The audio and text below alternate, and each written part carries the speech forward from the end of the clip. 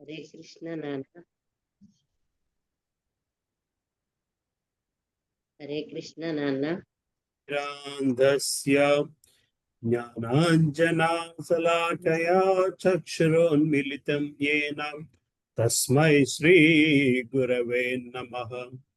శ్రీ చైతన్య మనోభీష్టం స్థాపితం యేన భూతలే స్వయం రూపా కదా మహ్యం దదాతి స్వపదాంతికం.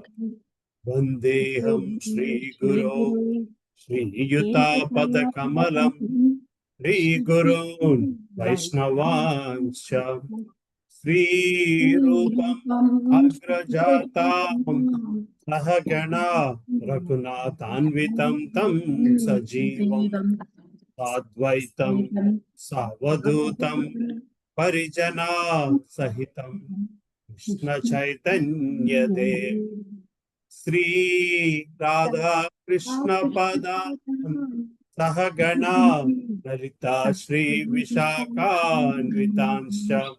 హే కృష్ణ కరుణా సింధో దీనబంధో జగత్పతే గోపేశా గోపికా కాంత కాంత నమోస్తే.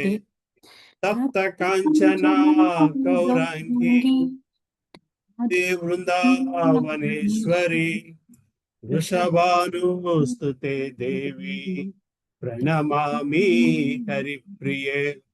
వాంఛాకల్పతరుభ్యశ్చ కృపా సింధుభ్య ఏవ చ పతితానాం పావనేభ్యో వైష్ణవేభ్యో నమో నమః. జై శ్రీ కృష్ణ చైతన్య ప్రభు నిత్యానంద శ్రీ అద్వైత గదాధార శ్రీవాసాది గౌర భక్త బృందం. హరే కృష్ణ కృష్ణ కృష్ణ హరే హరే, హరే రామ రామ రామ హరే హరే. ఓం నమో భగవతే వాసుదేవాయ. ఓం నమో భగవతే వాసుదేవాయ.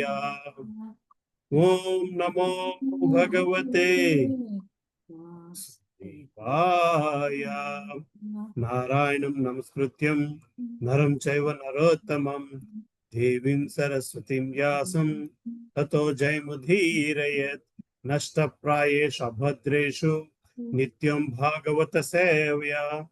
భగవతే ఉత్తమ శ్లోకే భక్తిర్భవతి నైష్టికి. కృష్ణాయ వాసుదేవాయ దేవకీ నందనాయ చ నందగోప కుమారాయ గోవిందాయ నమో నమః. నమో మహావధన్యాయ కృష్ణ ప్రేమ ప్రదాయితే కృష్ణాయ కృష్ణ చైతన్య నామ్నే గౌరత్విషే నమః. నమః పంకజ నాభాయ నమః పంకజ మాలినే నమః పంకజ నేత్రాయ నమస్తే పంకజాంగ్రియే. నమో బ్రహ్మణ్యాయ దేవాయ గో బ్రాహ్మణ్యాయ హితాయ చ జగత్ హితాయ కృష్ణాయ గోవిందాయ నమో నమః. నమో ఓం విష్ణుపదాయ కృష్ణ పృష్ఠాయ భూతలే శ్రీమతే భక్తి వేదాంత స్వామి నితి నామినే. నమస్తే సరస్వతీ దేవే గౌరవాణి ప్రచారిణే నిర్విశేష శూన్యవాది పాశ్చాత్య దేశతారిణే. జై శ్రీ కృష్ణ చైతన్య ప్రభు నిత్యానంద శ్రీ అద్వైత గదాధార శ్రీవాసాది గౌర భక్త బృంద. హరే కృష్ణ కృష్ణ కృష్ణ హరే హరే, హరే రామ రామ రామ హరే హరే. ఆచాలం పంగములగైతే గురుం కృపాతమహం వందే శ్రీ గురుం దీనతారీణం బ్రహ్మానంద మాధవం శ్రీ చైతన్య సర్వావస్థగతోపి వా హరేతి పుండరీకాక్షం స బాహ్యాభ్యంతర శుచిః. శ్రీ విష్ణు శ్రీ విష్ణు శ్రీ విష్ణు. హరే కృష్ణ. సో మనము 6వ అధ్యాయంలో ఉన్నాము. సో చేంజ్ ఆఫ్ టైం ఏమో జనాలు జాయిన్ అవ్వలేదు. ఒక నిమిషం, జస్ట్ పుట్టింగ్ మెసేజ్.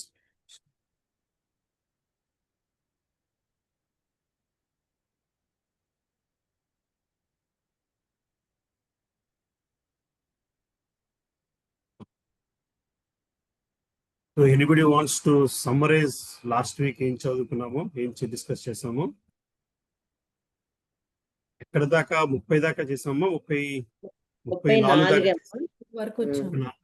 34 దాకా చేసాం. అర్జునుడు అడుగుతాడు కదా, గాలి కంట వేగంగా మనసు పని చేస్తుంది, ఎలాగ దీనిని చేయటం అని చెప్పి అడుగుతాడు 34వ శ్లోకంలో. నిగ్రహించడం ఎలాగా అని. అలాగే మనసు చంచలం అస్థిరం అయినప్పుడు ఎలాగ ఆచరణకి సాధ్యమో అసాధ్యం కదా అని చెప్పి అడుగుతాడు. ఇప్పుడు శ్రీకృష్ణ పరమాత్మ మొదలు పెడతారు 35వ శ్లోకం. సో మనము ముందు శ్లోకాల్లోని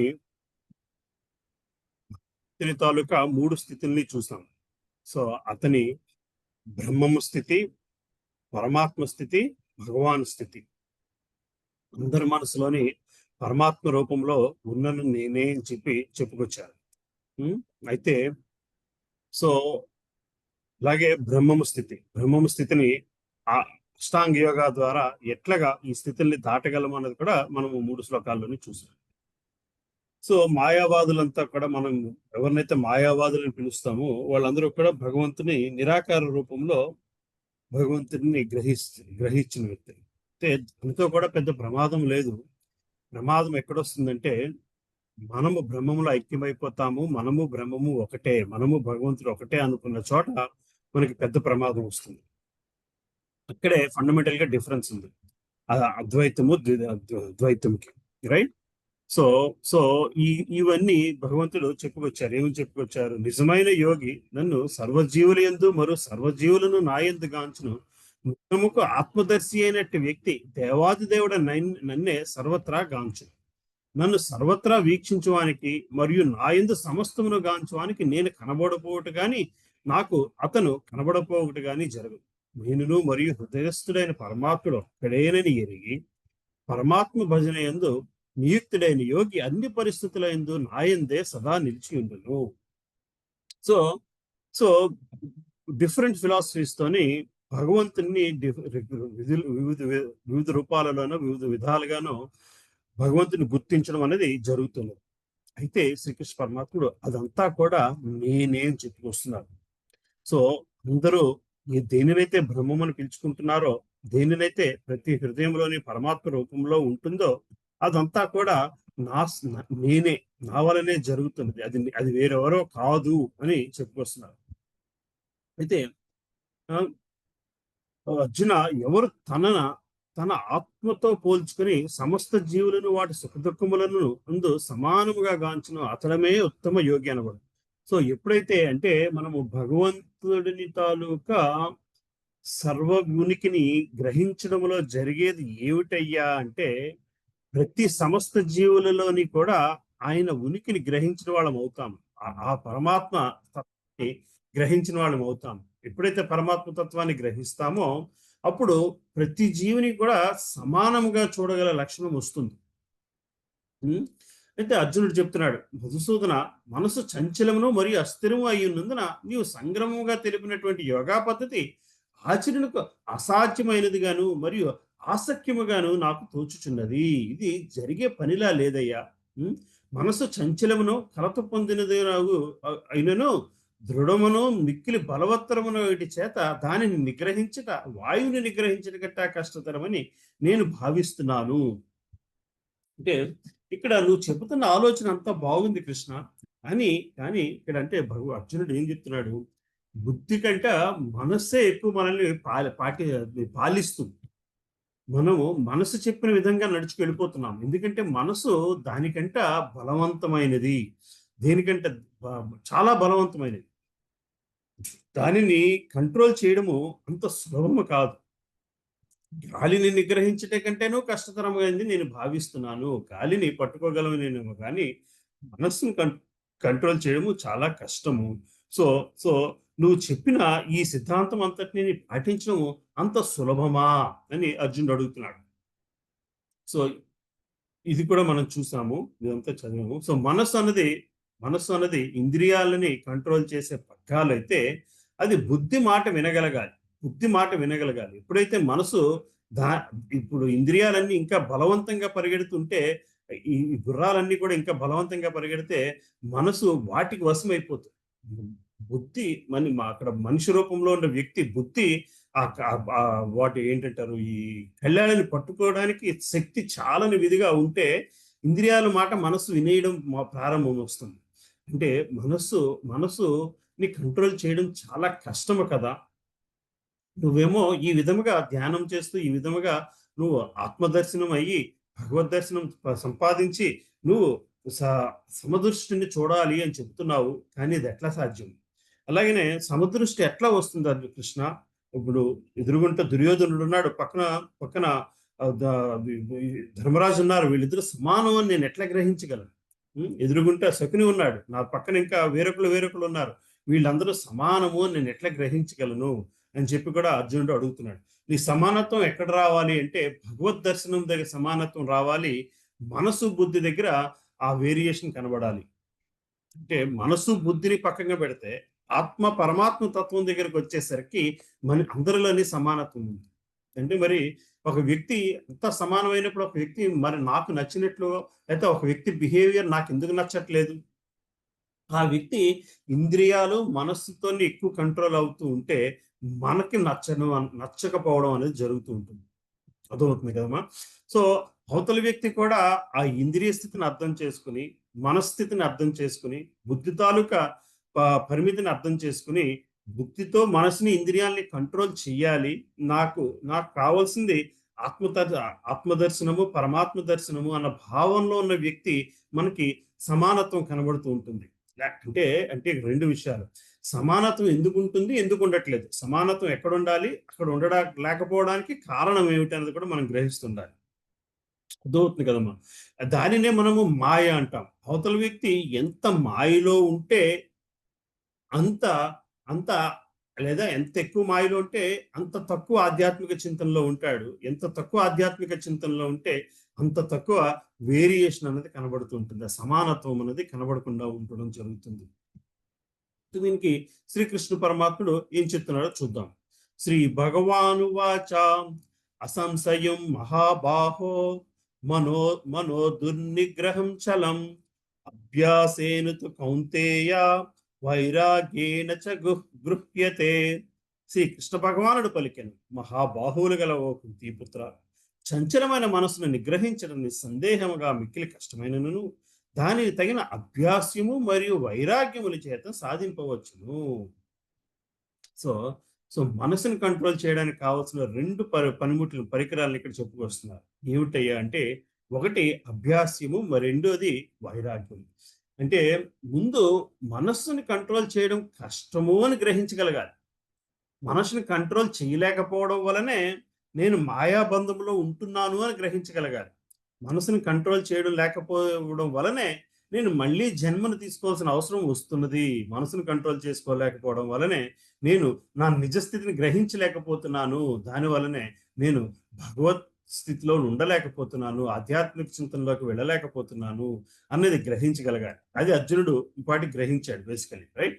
అయితే దానికి శ్రీకృష్ణ పరమాత్మ చెప్తున్న సమాధానం ఏంటి? మనసు నిగ్రహించడం కష్టమే కాదనట్లేదు, నిస్సందేహముగా మిక్కిలి కష్టమైనను దానిని అభ్యాసము మరియు వైరాగ్యముల చేత సాధింపవచ్చును. అభ్యాసం అంటే ఏమిటి, వైరాగ్యం అంటే ఏమిటి?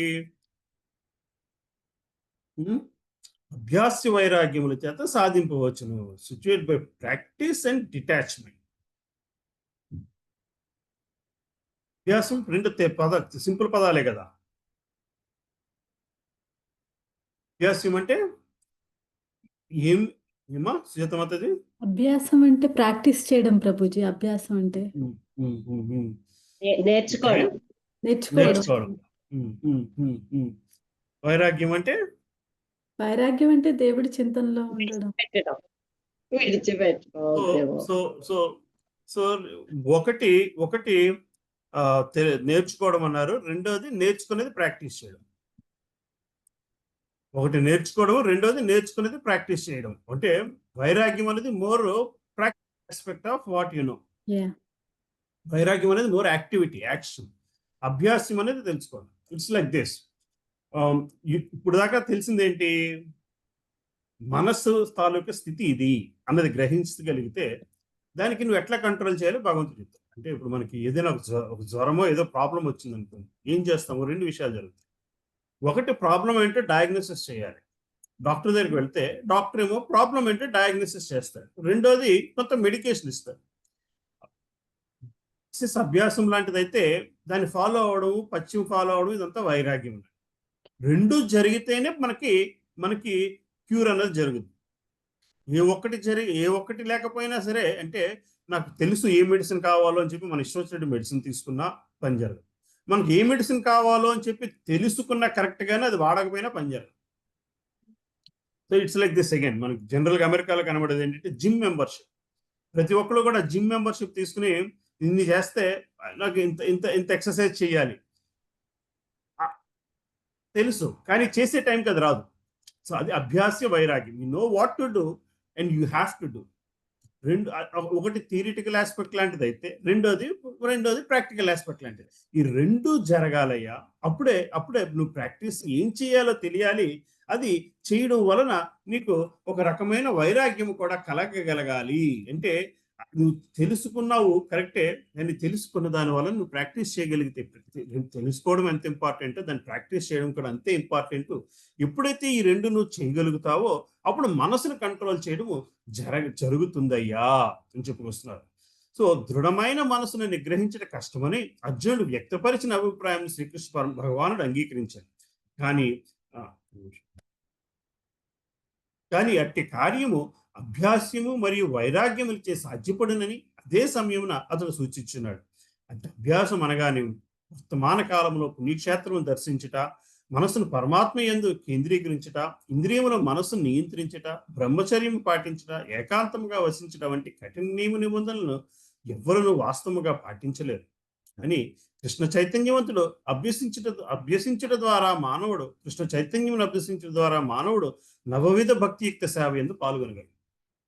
నిజానికి మనము అర్జునుడి తాలూకా కొంత ఇది చూస్తే, హిస్టరీ చూస్తే, అర్జునుడు ఏంటది అరణ్యవాసంలోని శివుడిని మెప్పించాడు, ఇంద్రుని మెప్పొందించాడు, రకరకాల వరాలు తీసుకున్నాడు. అంటే అర్జునుడు తపస్సు చేయడం తెలుసు. తపస్సు చేసి దేవతల్ని మన్నన పొందగలడం కూడా జరిగింది. మరి అటువంటి అర్జునుడే ఇది చాలా కష్టము అంటున్నాడు. మరంటే ఇక్కడ ఏది సులభము, ఏది కష్టము? రైట్? అర్జునుడు మన పరిస్థితి కాదు, మనకంటే ఒక ఉన్నత స్థితిలో ఉన్న వ్యక్తి. అయితే అర్జునుడు వాళ్ళని ప్రార్థించి ఒక గోల్తో ప్రార్థించాడు. ఏమని? నాకు శివుడి తాలూకా ప్రసన్నత పొందితే ఈ అస్త్రం వస్తుంది, మహేశ్వరుని తాను ప్రసన్నను పొందితే ఈ అస్త్రాన్ని సంపాదించగలుగుతాను. అంటే దేవతలని ప్రసన్నత పొంది అస్త్రాలు సంపాదించి, కానీ అస్త్రాలని మళ్ళీ కృష్ణుడి కోసం వాడుకుంటూ వచ్చాడు. యుద్ధంలోనే కృష్ణుడు మాట ప్రకారము దాన్ని వాడుకుంటూ వచ్చాడు. అంటే ఒకటి, దేవతలని పూజించడానికి కొంతవరకు సులభం. వాళ్ళని పూజించి తెలుసుకున్న ఫలితాలని మనము భక్తి సేవలో వాడుకోవడం నేర్చుకోవాలి. అంటే మామూలుగా దేవతల మెప్పు పొందడాన్ని కూడా సులభమే, మనసును జయించడం కంటే కూడా దేవతలను ప్రార్థించడం చాలా సులభము అని చెప్పి మనం గ్రహించగలగాలి. అంటే ఇవన్నీ కష్టం కదండి, మనం పూజలు చేస్తే మాకు ఫలితాలు దొరుకుతున్నాయి కదా. ఆ వచ్చిన ఫలితాలని మనం భక్తి మార్గంలో వాడడం కోసం ఉపయోగించలేకపోతే మళ్ళీ మన మాయా ప్రభావంలో పడిపోయినట్టే. ఎందుకంటే రావణాసుడు, హిరణ్యకశిపుడు వీళ్ళందరూ కూడా దేవతల్ని మెప్పు పొంది రకరకాల వరాలను పొందగలిగారు, అది భక్తి మార్గంలోకి వెళ్ళలేకపోయారు. ఎందుకంటే పొందిన వరాలని భక్తి మార్గంలోకి భగవంతుని సేవలో వినియోగించలేకపోయారు. భగవంతుని సేవలో వినియోగించాలి అంటే మనకి మన తత్వము, మన మనస్సుని, మన తాలూకా బుద్ధిని, ఇవన్నిటినీ కూడా సరైన మార్గంలో నిలబెట్టుకోగలం. ఎప్పుడైతే ఇవన్నీ సరైన మార్గంలో నిలబడతాయో, ఏంటి సరైన మార్గం అంటే ఏమిటి? కేవలము భగవత్ సేవ కోసమే ఇవన్నీ అన్న భావన అది ఆ గ్రహించగలిగిన నాడు భగవద్గీత చివరికి వచ్చేసరికి సర్వధర్మాన్ పరిత్యజ్య మామేకం శరణం వ్రజ. ఆ మామేకం శరణం వ్రజ అన్నది ఎక్కడి నుంచి వస్తుంది అయ్యా అంటే ఈ వైరాగ్యం నుంచి వస్తుంది. సో సో అర్జునుడు దేవేంద్రుడి కోసం తపస్సు చేసిన దాంట్లో అభ్యాసం ఉంది కానీ వైరాగ్యం లేదు. ఒకానొక కోరికతో తపస్సు చేసుకుంటూ వస్తున్నాడు. వైరాగ్య భావన ఏమి చేయాలి అంటే మనల్ని భగవంతుడికి సరెండర్ చేయగలగాలి. వైరాగ్య భావన అంటేనే అది. వైరాగ్య భావన అంటే భౌతిక ప్రపంచ శక్తుల నుంచి, భౌతిక ప్రపంచం నుంచి వచ్చే ఏ విషయం నుంచి అయినా సరే ఆనందము పొందకుండా ఉండే స్థితిలో ఉండగలగాలి. భౌతిక వస్తువు ఏది కూడా మనల్ని ఆనందపరచని స్థితిలో మనం ఉండగలగాలి. అది ఎప్పుడు జరుగుద్దంటే కృష్ణ చైతన్యమును అభ్యసించడం ద్వారా మానవుడు భగవానుని నవవిధ భక్తియుక్త సేవ యందు పాల్గొనగలడు. అట్టి భక్తియుక్త సేవా కార్యములలో శ్రీకృష్ణుని కూర్చిన శ్రవణము ప్రధానమైనది.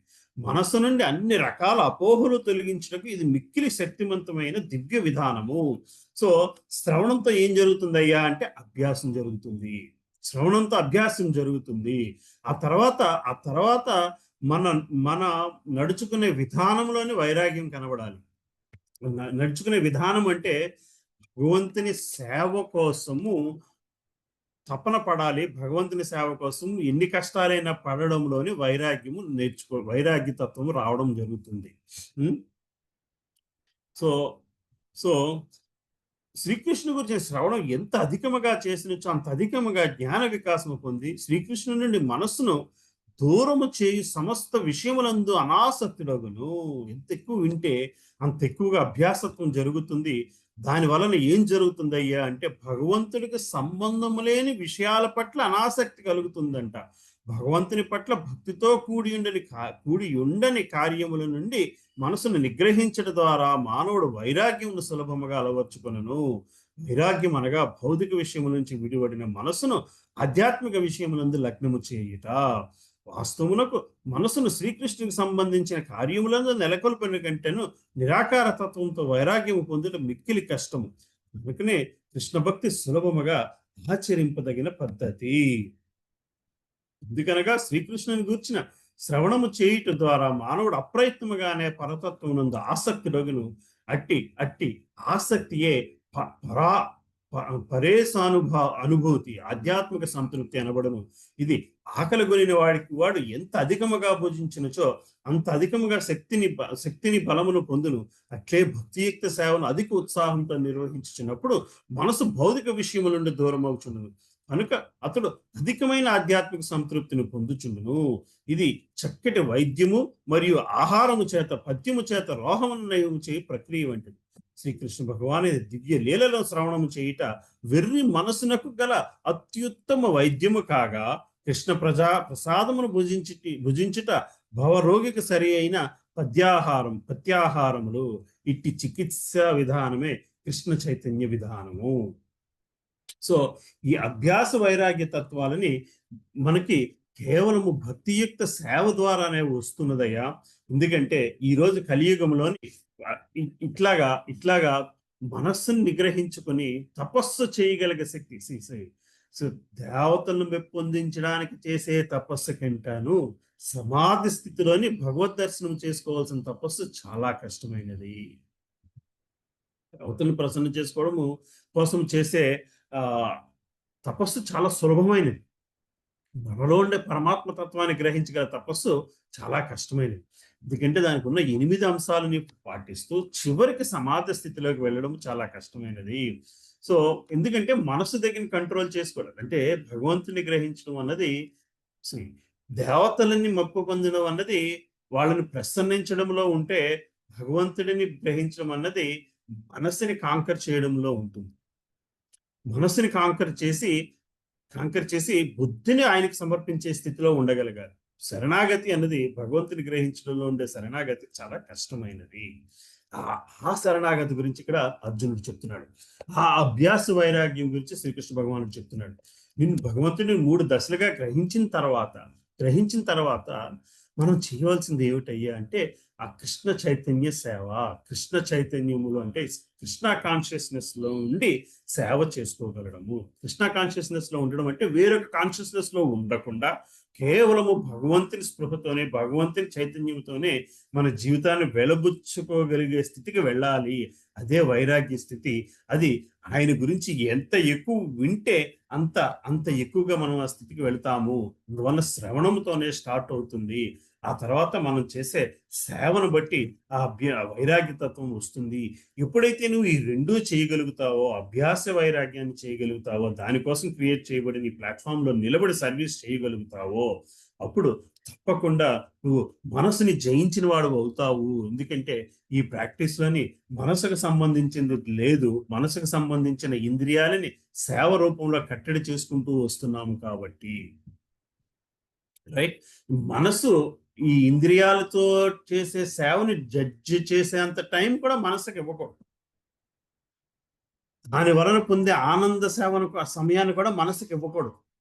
అది అది ఆ చిన్నది జరిగితే దాంట్లోంచి గర్వం కానీ ఇంకొకటి కానీ వచ్చేసే అవకాశం ఉంది. మరి అంతటి టైం కూడా ఇవ్వకుండా సర్వీస్ ఆఫ్టర్ సర్వీస్ చేస్తుంటే ఏమవుతుందయ్యా అంటే మనసు కామ్ అయిపోతుంది. బుద్ధి ఆయన మీద ప్రేమ పెరిగే స్థితిలోకి వెళుతుంది. ఆ స్థితిలోని మనము ఇంకొక దాని గురించి ఆలోచించిన స్థితిలో ఉంటాము. అదే అభ్యాస వైరాగ్యం అంటే. అప్పుడు మనసు ఎంత చంచలమైనదైనా, ఎంత ఏంటది బలవంతందైనా సరే దానిని మనము టేమ్ చేయడం, దానిని మనం వశపరచుకోవడం అంత కష్టమైన పని కాదు. ఇది మనకి శ్రీల ప్రభుపాదుల వారు మనకు చెప్తున్న విషయం. రైట్, అర్థమవుతుందమ్మా? నెక్స్ట్ శ్లోకానికి వెళ్దామా? ఇంకేం చెప్తున్నారో భగవంతుడు చూద్దాం. ఎస్, ఎవరు చదువుతారు? చదవనమ్మా. చదవం. హరే కృష్ణ. 36వ శ్లోకం. అసంయతాత్మనా యోగో దుష్ప్రాప ఇతి మే మతిః వస్యాత్మనా తు యతతా సఖ్యో వాప్తుముపాయతః. అనువాదం. నిగ్రహింపబడని మనస్సు గలవానికి ఆత్మానుభూతి అతి కష్టకార్యము. కానీ మనోనిగ్రహము కలిగి తగిన పద్ధతుల ద్వారా యత్నించువానికి జయము తప్పక సిద్ధించును. ఇది నా అభిప్రాయము. హరే కృష్ణ. సో నిగ్రహింపబడని మనసు గలవానికి ఆత్మానుభూతి అతి కష్టకార్యము. సో ఆత్మానుభూతికి పొందకుండా ఉంచడానికి గల మేజర్ ప్రాబ్లం ఏమిటయ్యా అంటే మనసు. ఈ మనోనిగ్రహము కలిగి తగిన పద్ధతుల ద్వారా ప్రయత్నించువానికి జయము తప్పక సిద్ధించును. ఇది నా అభిప్రాయం. మనసే ప్రాబ్లం అయ్యా, కానీ దానిని కూడా జయించగలము. దానికి కావాల్సింది ఏమిటయ్యా అంటే ముందు ఇంటెన్షన్ ఉండాలి. మనోనిగ్రహము కలిగిన పద్ధతుల ద్వారా మనోనిగ్రహము, మనసుని కంట్రోల్ చేసుకుందామన్న చిన్న ఇంటెన్షన్ ఉండాలి. సో ఆ చిన్న అంటే మనకి ఇంటెన్షన్ లేదా అంటే మనసుని అసలు నిగ్రహించని పరిస్థితిలో ఉన్నామా? మనసుని కంప్లీట్ గా నిగ్రహించడం కష్టం. మీరు చాంటింగ్ చేయమంటున్నారండి, చాంటింగ్ చేస్తే మనసు నిగ్రహించుకోవచ్చు అని చెప్తున్నారు. మనసు నిగ్రహించుకోలేకుండా చాంటింగ్ చేయలేకపోతున్నాను. మీరేమో చాంటింగ్ చేస్తే మనసు నిగ్రహించుకోవచ్చు అంటున్నారు. కానీ మనసు చాంటింగ్ చేస్తున్నంతసేపు మనసు నా దగ్గర ఉండట్లేదు. కరెక్టే. కానీ కొంచెం కంట్రోల్లో ఉంటుంది కదా. అది కొంచెం కంట్రోల్. మనసు పూర్తిగా బుద్ధి మాట పూర్తిగా వినని స్థితిలో ఏమి ఉండదు.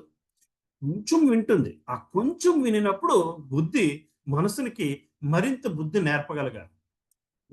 కొంచెం అవునా, నాకు ఇవన్నీ చేయాలనుంది, కానీ ఆయన చాంటింగ్ చేయమంటున్నారు, దాంతో మనసు నిగ్రహించుకోగలనని చెప్తున్నారు, నేను చాలా పీస్ఫుల్గా ఉంటానని చెప్తున్నారు అని చెప్పి మనసు ఒక్కసారి బుద్ధితో సరే అయితే కాసేపు చాంటింగ్ చేస్తాలే, కాసేపు చాంటింగ్ చేయించుకో నా చేత. ఎప్పుడైతే ఆ సైకిల్ స్టార్ట్ అవుతుందో అట్ వన్ పాయింట్ మనసు కంప్లీట్ గా సరెండర్ అయిపోయే స్థితికి వస్తుంది. చాంటింగ్ మొత్తాన్ని బుద్ధి ఆక్రమించేసుకుంటుంది ఆ చాంటింగ్ చేసే ప్రక్రియ.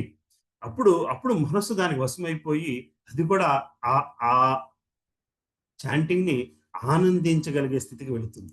ఎప్పుడు వెళుతుంది అయ్యా అంటే ఆ ప్రాసెస్ లోని మనసు కంప్లీట్ గా కామ్ అయిపోయి ఆత్మతత్వాన్ని గ్రహించగలుగుతామో, పరమాత్మతత్వాన్ని గ్రహించగలుగుతామో, మనసు ఆ పొందిన ఆనందంతోనే మళ్ళీ ఇంకా తన ఆలోచనని పక్కన పెట్టేస్తాం.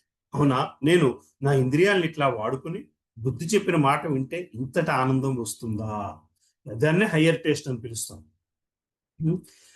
మనస్సును గెలవానికి, నిగ్రహింపబడని మనసు గెలవానికి ఆత్మానుభూతి అతి కష్టకార్యము.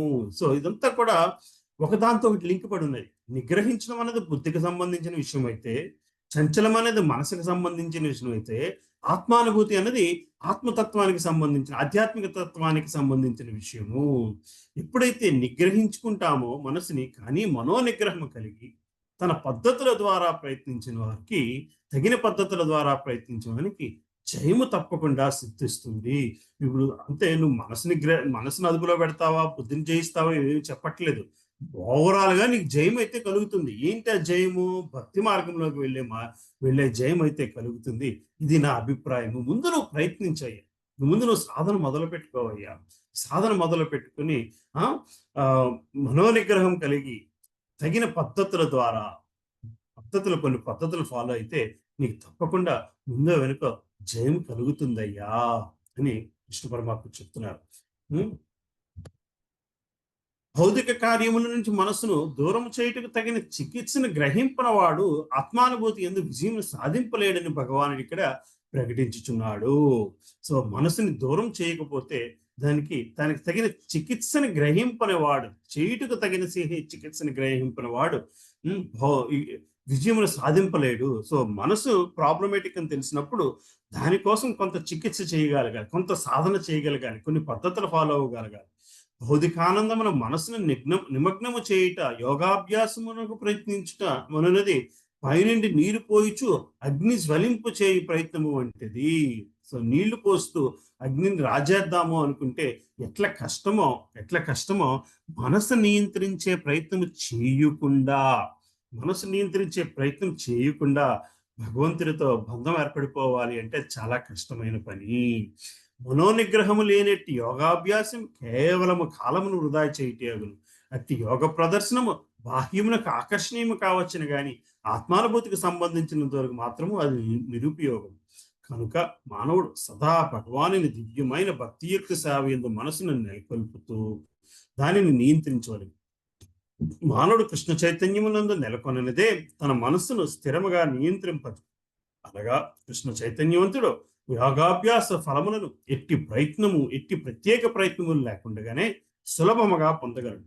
కానీ కృష్ణ చైతన్యవంతుడు కానిదే యోగాభ్యాసకుడు విజయము సాధింపలేడు. సో మనసుని భగవంతుని భక్తియుక్త సేవలో ఉంచడానికి మనము ప్రయత్నం చెయ్యాలి. సో మనసుని భక్తియుక్త సేవలో నిలబెట్టడము మనకి ఒక ప్రొసీజర్ లేకుండా చేయడం చాలా కష్టము. అది భక్తియుక్త సేవలో నిలబెట్టడానికి మనకు ఒక ప్రొసీజర్ ఇవ్వగలడానికి కోసం మనకు ఒక సాంప్రదాయం కావాలి. మనము ఆ ప్రొసీజర్ని ఫాలో అవుతామా లేదా అని మనకి ఎప్పటికప్పుడు జడ్జి చేయడం కోసం మనకు గురువు కావాలి. ఆ గురువుని శరణాగతి పొంది ఆ గురువు తాలూకా ఇది పొందగలిగినప్పుడు మాత్రమే, ఆ గురువు తాలూకు ఏంటిది శిష్యరికాన్ని పొందగలిగినప్పుడు మాత్రమే ఇది జరుగుద్ది అనేది మనం గ్రహించుకోగలగాలి. అందుకని ఒక సాంప్రదాయము, గురు శిష్య పరంపరము అన్నది మనకి అనాదిగా వస్తున్న ఆచరణ కార్యాలయం. ఎందుకది? దాని వలన మనసును నియంత్రించుకునే పద్ధతిని, భగవంతుని మీద మనసుని స్థాపించే పద్ధతిని నేర్పగలిగేవాడు గురువు. లేకపోతే ఈ యోగాభ్యాసపు ఫలమును మనము పొందే అవకాశమే లేదు అని చెప్పి మనిషి ప్రభుపాదులు చెప్తున్నారు. కృష్ణ చైతన్యవంతుడు కానిదే యోగాభ్యాసకుడు విజయమును సాధింపలేడు. అంటే ఇక్కడ యోగా అన్నది ఒక ఫిజికల్ యాక్టివిటీ అయితే దానికి మనసు అడ్డైపోతుందయ్యా, మనసు అడ్డైపోతుంది.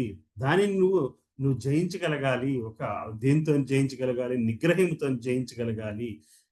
అటువంటి నిగ్రహంతో మనసును జయించి నువ్వు యోగాభ్యాసం చేసిన నాడు మాత్రమే, అంటే రెండు తాలూకు ఇంపార్టెన్స్ చెప్పుకొస్తున్నారు. అభ్యాస వైరాగ్యం. అభ్యాసము మనసు నిగ్రహింపుతో జరిగితే, వైరాగ్యము భగవంతుని సేవతో జరుగుద్ది. వృత్తి సేవ చేసుకుంటూ వెళ్ళిపోయి మనసుని నిగ్రహించుకోలేకపోయినా సరే నువ్వు యోగ స్థితిని చేరుకోలేవు. రైట్? అందుకు మనకి ఆ శ్రవణము ఇంపార్టెంట్, సేవ important. So Hare Krishna. Next అర్జునుడు చెప్పే మాట ఉందాం. ఎవరు చదువుతారు? నేను చదువుతాను ప్రభుజీ. చదవండి విజయం. అర్జున ఉవాచ అయతి హి శ్రద్ధయోపేతో యోగాచ్చలిత మానసః అప్రాప్య యోగ సంసిద్ధిం కాం గతిం కృష్ణ గచ్చతి. అనువాదము. అర్జునుడు పలికెను, ఓ కృష్ణ, తొలుత ఆత్మానుభూతి మార్గమును శ్రద్ధతోన అనుసరించి పిదప లౌకిక భావన కారణముగా దానిని ఛేదించి యోగమునందు పరిపూర్ణత్వమును పొందలేని విఫలుడైన యోగి గమ్యమెట్టిది. హరే కృష్ణ. హరే కృష్ణ. ఇప్పుడు మీరు చెప్తున్నారు బాగుందంతా. ఇవి నాకు ఇంతకాలము కూడా నేను తపస్సు చేసుకుని పాశుపతాస్త్ర అస్త్రాన్ని సంపాదించడం, దీన్ని సంపాదించడం, దాన్ని సంపాదించడం చేసుకున్నాను. దేనికోసం? ఇవన్నీ కూడా భౌతిక సుఖం కోసం. భౌతిక సుఖం కంటే నేను శత్రువుల మీద వాడడం కోసము, వేరొక దానికోసం అదంతా భౌతిక రక్షణ కోసం చేసుకుంటూ వచ్చాను. ఇప్పుడు మీరు ఏం చెప్తున్నారు? భౌతిక రక్షణ ఇంపార్టెంట్ కాదు, ఆధ్యాత్మిక రక్షణ ఇంపార్టెంట్. సో ఆధ్యాత్మిక రక్షణ కోసం నువ్వు వైరాగ్య భావాన్ని పెంపొందించుకోవాలి, నువ్వు చేసే తపస్సులోని భగవంతుని పెట్టుకోవాలి, అంటే భౌతిక కాంక్ష తగ్గించుకోవాలి అని చెప్తున్నారు. ఓ కృష్ణ, తొలుతూ ఆత్మానుభూతి మార్గంలో శ్రద్ధను అనుసరించి పిదప లౌకిక భావన కారణంగా దానిని త్యజించి యోగమునందు పరిపూర్ణత్వమును పొందలేని విఫలుడైన యోగి గమ్యం ఏమిటి? ఇప్పుడు రెండిటికి చెందినవాడిని అయిపోతానా? సో భౌతిక సుఖాన్ని త్యాగం చేస్తున్నాను, ఆధ్యాత్మిక స్థితిని అందుకోకుండానే జీవితాన్ని వదిలేయాల్సి వస్తే, శరీరాన్ని వదిలేయాల్సి వస్తే నా పరిస్థితి ఏమిటి? అంటే భౌతిక సుఖం వలన భౌతిక సుఖం అంటే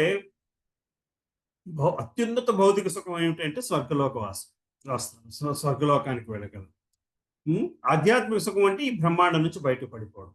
సో ఈ పుణ్యకార్యాల వలన నేను స్వర్గలోకం దాకానైనా వెళుతాను. సో నువ్వు నన్ను ఇది కాదు నీకు ఇంపార్టెంట్ ఆధ్యాత్మిక ఆలోచన అని చెప్తున్నావు. దీని నుంచి నేను బయటకు వచ్చేస్తున్నాను. అందులో పూర్తిగా పరిపూర్ణత్వం సాధించలేకపోతే ఇటు భౌతికంగా పుణ్యకార్యాలు వదిలేశాను, అటు ఆధ్యాత్మికంగా ఎదగలేని స్థితికి వదిలేశాను. అప్పుడు నా పరిస్థితి ఏమిటి? రైట్? మనందరికీ ఉండే క్వశ్చన్ కూడా ఉంటుంది కదా.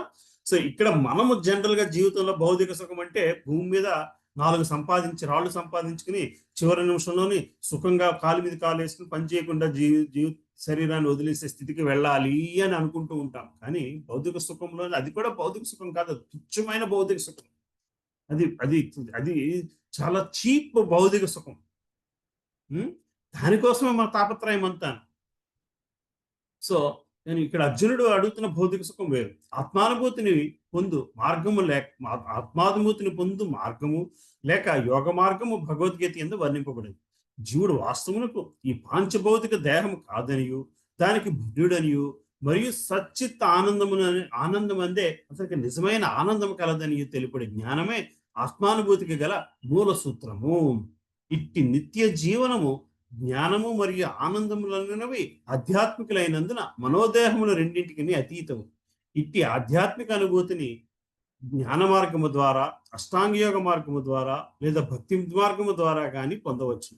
ఈ మార్గములన్నింటి యందు జీవుడు తన నిజస్థితిని మరియు తనకు భగవంతునితో గల సంబంధమును పునర్నిర్మించుకొని కృష్ణ చైతన్య స్థితి యందు అత్యున్నత పరిపూర్ణత్వపు స్థితిని సాధించుటకు కావాల్సిన కర్మలను ఎరుగవలసి ఉన్నది. పైన పేర్కొనబడిన ఈ మూడు మార్గములలో దేనిని అనుసరించినను శీఘ్రముగానో లేక ఆలస్యముగానో తప్పక మానవుడు పరమ లక్ష్యమును పొందగలడు. ద్వితీయాధ్యాయం నందు ఆధ్యాత్మిక మార్గమును చేయుబడు స్వల్ప ప్రయత్నము కూడా ముక్తికి ఎంత తోడ్పడగలదు అని తెలుపుతూ శ్రీకృష్ణ భగవానుడు ఈ విషయం నిర్ధారించి ఉన్నాడు. ఈ మూడు మార్గములలో భక్తియోగ మార్గము ఈ యుగమునకు మిక్కిలి అనుకూలమైనది. ఎందుకనగా భగవతానుభూతి పొందుటకు అది మిక్కిలి ప్రత్యక్షమైన పద్ధతి. సో మనకి భగవంతుడు స్వల్పమైన నాతో భక్తిలో చూడు అయ్యా అని చెప్పుకొచ్చాడు. 2వ అధ్యాయంలోకి వచ్చేసరికి 18వ అధ్యాయంకి వచ్చేసరికి సర్వధర్మాన్ని పరిచయించాడు. మొత్తం నాకే వదిలేసి నా దగ్గరికి వచ్చేసాడు. 1వ అధ్యాయంలోని 2వ అధ్యాయంలోనూ కొంచెము భగవంతుని మీద ప్రేమ చూపించుకో, కొంచెం నా మీద ప్రేమ చూపించినా సరే నీకు ముక్తి వస్తుంది అన్నారు. నేను 18వ అధ్యాయం దగ్గరికి వచ్చేసరికి మొత్తం నాకు సమర్పించుకోవాలి అని చెప్పి వచ్చేసరికి, సో భగవంతుడు కూడా అంటే అట్లా స్టార్ట్ అయిన ఎండ్ మాత్రం అట్లా అవ్వగలగాలి. అటువంటి ఎండింగ్ రావడానికి కనీసం ఇట్లా స్టార్ట్ అవ్వాలి. సో ఆత్మానుభూతి ద్వారా, అష్టాంగ ద్వారా లేక భక్తి యోగము ద్వారా పొందవచ్చును ఈ మార్గములన్నిటి యందు జీవుడు తన నిజ స్థితిని మరియు భగవంతునితో గల సంబంధము పునరుద్ధరించుకొని కృష్ణ చైతన్య స్థితి అందులో అత్యున్నత పరిపూర్ణ స్థితిని సాధించడానికి కావాల్సిన కర్మను ఎరుగవలసి ఉన్నది. సో ఏ మార్గంలోనైనా సరే చేయాల్సిన కర్మను తెలుసుకోవాలి అని మన ప్రభుపాదులు చెప్పుకొస్తున్నారు. సరే, నెక్స్ట్ ముందుకు వెళ్దాం. భగవానుడు గతమునందు తెలిపి ఉన్న విషయమును తిరిగి నిర్ధారించుకున్నట్టు కరెక్టే అర్జునుడు ఇచ్చట ఈ విధంగా ప్రశ్నించుచున్నాడు. ఎవరైనా ఆత్మానుభూతి మార్గమున హృదయపూర్వకంగా అంగీకరించినను జ్ఞానయోగ పద్ధతి మరియు అష్టాంగయోగ పద్ధతి ఈ కాలమున వ్యక్తులు కష్టమైన విధానములై ఉన్నవి. అందుకనే ఈ మార్గమునందు నిరంతరము ఎన్ని ప్రయత్నములు చేసినను అనేక కారణముల చేత మానవుడు విజయమును సాధింపలేకపోవచ్చు. మొట్టమొదటి విషయం ఏమనగా మానవునికి ఈ విధానమును అనుసరించటందు తగినంత శ్రద్ధ కలిగి ఉండకపోవచ్చు. అంతేకాకుండా ఆధ్యాత్మిక మార్గమును అంగీకరించట అనగా దాదాపు మాయాశక్తిపై యుద్ధము ప్రకటించేటే అగును. సో ఆధ్యాత్మిక మార్గం అంగీకరించడం అంటే మాయ మీద యుద్ధము ప్రకటించడమే అని చెప్పుకొస్తున్నారు. సో అద్భుతమా, మాయ మీద యుద్ధం ప్రకటించడం అనేది సామాన్య విషయం కాదు. దానికి ఫలితముగా ఎవరైనా అట్లా మాయాబంధము నుంచి తప్పించుకుంటూ ప్రయత్నింపగానే మాయ వివిధములైన ఆకర్షణలచే సాధకునికి అపజయమును కలిగించడానికి ప్రయత్నింపవచ్చు. వాస్తవానికి బద్ధజీవుడు భౌతిక ప్రకృతి గుణములచే అప్పటికే ఆకర్షింపబడి ఉండే చేత ఆధ్యాత్మిక నియమములను అనుసరించినప్పటికీ తిరిగి మాయలో పడుటకు అవకాశం కలదు. ఇది ఏ ఆధ్యాత్మిక మార్గం నుండి పతనము పొందుట అనబడును. ఈ విధముగా ఆత్మానుభూతి మార్గము నుండి వైదొలుగుట వలన కలిగిన ఫలితములను తెలుసుకున్నట్టుకు అర్జునుడు ఉత్సాహపడుచున్నాడు.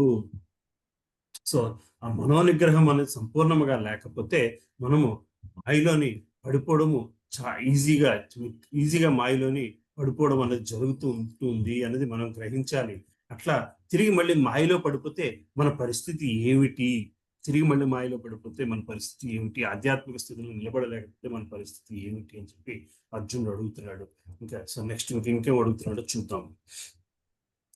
సరే, నెక్స్ట్ శ్లోకం ఎవరు చదువుతారు? 38. నేను చదువుతాను ప్రభు. చదవండి అమ్మా. చదువు. హరే కృష్ణ.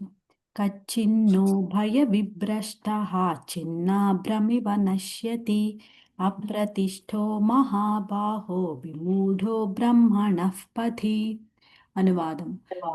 మహానుభావుడైన శ్రీకృష్ణ, ఆధ్యాత్మిక మార్గము నుండి వైదొలిగిన అట్టి మానవుడు ఆధ్యాత్మిక జయమును మరియు లౌకిక జయమును రెండింటినీ పొందని వాడై ఎచ్చోటను స్థానము లేకుండా వాయువుచే చెదరగొట్టబడిన మేఘం వలె నశింపడా. హరే కృష్ణ. హరే కృష్ణ. సో ఆధ్యాత్మిక మార్గము నుండి వైదొలిగిన అట్టి మానవుడు ఎప్పుడైతే ఆధ్యాత్మిక మార్గంలో నిలబడదామని నిల్చుని మాయా ప్రభావం పోతాడో అటువంటి మానవుడు ఆధ్యాత్మిక జయమును మరియు లౌకిక జయమును రెండింటినీ పొందిన వాడే ఎచ్చోటను స్థానము లేకుండా వాయువుచో చెదరగొట్టబడిన మేఘము వలె నశింపడా. అంటే దానికి అతను స్వర్గలోకానికి లేదు, భూలోకానికి లేదు. ఒక మేఘము మేఘాలు పెద్ద మేఘాన్ని కలిసి మేఘాలన్నీ ఒకటిగా ఫార్మ్ అయ్యి అప్పుడు వర్షం పడుతుంది. ఆ మేఘము గాలితో అటు ఇటు కదులుతూ ఉంటుంది. దానికంటూ స్వయం శక్తి ఏమి ఉండదు. దానికి ఉన్న శక్తి అల్లాను నీళ్లు మాయిశ్చర్ క్యాప్చర్ చేసి నిలబెట్టగలడమే. అయితే సో అటువంటి మేఘంతో పోల్చుకొస్తున్నారు. ఆధ్యాత్మిక స్థితిలోని మనం సుస్థిరత్వం పొందకుండా ఇంకా మాయ స్థితిలో ఉండిపోతే వాళ్ళ పరిస్థితి ఇటువంటి మేఘము దారి తెరువు లేని మేఘంతో సమానం అయిపోతుంది కదా అని అర్జునుడు అడుగుతున్నాడు. దానికి శ్రీకృష్ణ పరమాత్మ సమాధానం చూద్దాం నెక్స్ట్ శ్లోకం. మానవ అభ్యుదయమునకు 2 మార్గములు కలవు. లౌకికవాదులకు ఆధ్యాత్మికత నందు ఆసక్తి ఉండదు కనుకనే వారు ఆర్థికాభివృద్ధి ద్వారా లౌకిక పురోగతిని పొందుటి యందు తగిన కర్మల ద్వారా ఉన్నత లోకమును చేరుటి యందు కానీ ఆసక్తిని కలిగింది. కానీ ఎవరైనా ఆధ్యాత్మిక మార్గమును పాటించినచో అది భౌతిక కార్యమును విడిచి భౌతిక సుఖములను కూడా వాటిన్నింటినీ త్యజింపవలసి వచ్చింది. ఇట్టి ఉత్తమ స్థితిని పొందగోరు యోగి ఉత్తీర్ణుడు కానిచ్చే బాహ్యములకు 2 విధాములుగా నష్టపోయిన వాడు అగును. మరో మాటలో అతను భౌతిక సుఖం అనుభవింపలేడు, అట్లే ఆధ్యాత్మిక విజయం కూడా పొందలేడు. అతనికి స్థిరమైన స్థానం ఉండదు. అసలు వాయువు చేత చెదరగొట్టబడిన మేఘము వలనే ఉండదు. కొన్ని మార్లు అవకాశమున మేఘము ఒక చిన్న మేఘం నుంచి విడివడి పెద్ద మేఘంతో కలిగిచుంది. కానీ అది పెద్ద మేఘంతో కలిగి జాలనుచో వాయువుతో చెదరగొట్టబడిన విశాలమైన ఆకాశంలో జాడ లేకుండా పోను. బ్రహ్మము, పరమాత్మ, భగవానునిగా వ్యక్తమైనట్టు పరతత్వం అనుస్వరూపమే జీవుడని ఎరగగలిగే ఆత్మానుభూతి మార్గమే బ్రహ్మణ పది అనబడును. శ్రీకృష్ణ భగవానుడే పరతత్వపు సంపూర్ణ స్వరూపం ఒకటి చేత అతను శరణ పొందినవాడు సఫలత సాధించి పరిపూర్ణ యోగి కాగలడు. కానీ బ్రహ్మానుభూతి మరియు పరమాత్మానుభూతి ద్వారా ఇట్టి జీవిత లక్ష్యం చేరగలుగుటకు ఎన్నో జన్మలు అవసరం. బహునాం జన్మనామంతే. కనుకనే ప్రత్యక్ష విధానమైన భక్తి యోగము లేక కృష్ణ చైతన్యమే సర్వోత్తమమైన ఆధ్యాత్మిక అనుభూతి మార్గమై ఉన్నది. సో సో ఎప్పుడైతే మనము ఈ మార్గాలని మనంతటి మనం చేసుకోవాలి అనుకున్నప్పుడు అందులోంచి పడిపోయే అవకాశం ఉన్నది. అందువలన మనకి ఒక సాంప్రదాయం అవసరం. ఒక భక్తి యోగాన్ని పట్టుకోవాలంటే అసోసియేషన్ అవసరం, సాంప్రదాయం అవసరం. అందులో నిలబడి ఉన్నప్పుడు మాత్రమే మనము సంపూర్ణముగా బయటపడగలుగుతాము. సో దానికి కావాల్సింది మనకేం కావాలి అంటే దానికి ఒక గురువు కావాలి. గురువు కంటే కూడా ముందు మనము శరణాగతి పొందే స్థితి మనలో ఉండాలి. శరణాగతి పొందే స్థితి ఎప్పుడు వస్తుంది? దీని అవసరము ఇంత ఉంది అని మనం గ్రహించగలిగినాం. ఈ ఆధ్యాత్మిక చింతన, ఆధ్యాత్మిక పురోగతి అనేది జీవిత లక్ష్యము, ఇవన్నీ వేరే విషయం. ఇది నాకు చాలా అవసరం అన్న తపన ఉండాలి. ఇది నాకు చాలా అవసరం, ఇది మాత్రమే మార్గము, వేరొక మార్గము లేదు అని గ్రహించగలిగిన తపన ఉన్నప్పుడు తప్పకుండా మనకి ఆ శరణాగతి వస్తుంది. ఆ శరణాగతితోని మనము గురువుని వెతికినప్పుడు ఆ గురువు దొరుకుతారు. ఆ సాంప్రదాయంలో మనం పట్టుకుని ఆ భక్తి మార్గంలోని వెళ్ళడానికి అవకాశం ఉంది. మరి ఆ భక్తి మార్గంలో వెళ్ళడానికి కావాల్సిన క్యారెక్టర్స్ ఏమిటి, నేర్చుకోవాల్సిన అలవాట్లు ఏమిటో మనము ఈ శ్లోకాల నుంచి గ్రహించగలగాలి. బేసికల్గా ఏమిటి అవకాశాలు, ఎటువంటి క్యారెక్టర్స్ కావాలి అంటే ముందు ఆ మనోనిగ్రహం కావాలి. మనసుని జయించగలిగే స్థితి, మనోనిగ్రహంతో మనసుని జయించగలిగే స్థితి ఎక్కడి నుంచి వస్తుంది అంటే భగవంతుని సేవ నుంచి వస్తుంది.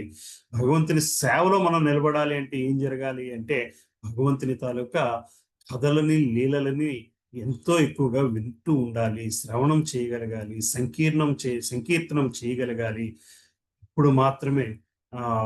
అప్పుడు మాత్రమే మనకి ఏమిటంటారు దృఢత్వము, ఆ వైరాగ్య లక్షణాలు వస్తాయి. ఆ సేవలోంచి మనము భగవంతునితో బంధాన్ని ఏర్పరచుకుని అది చివరికి భక్తి బంధము దాకా దాన్ని తీసుకెళ్ళగలగాలి. రైట్. 39వ శ్లోకం ఎవరు చదువుతారు?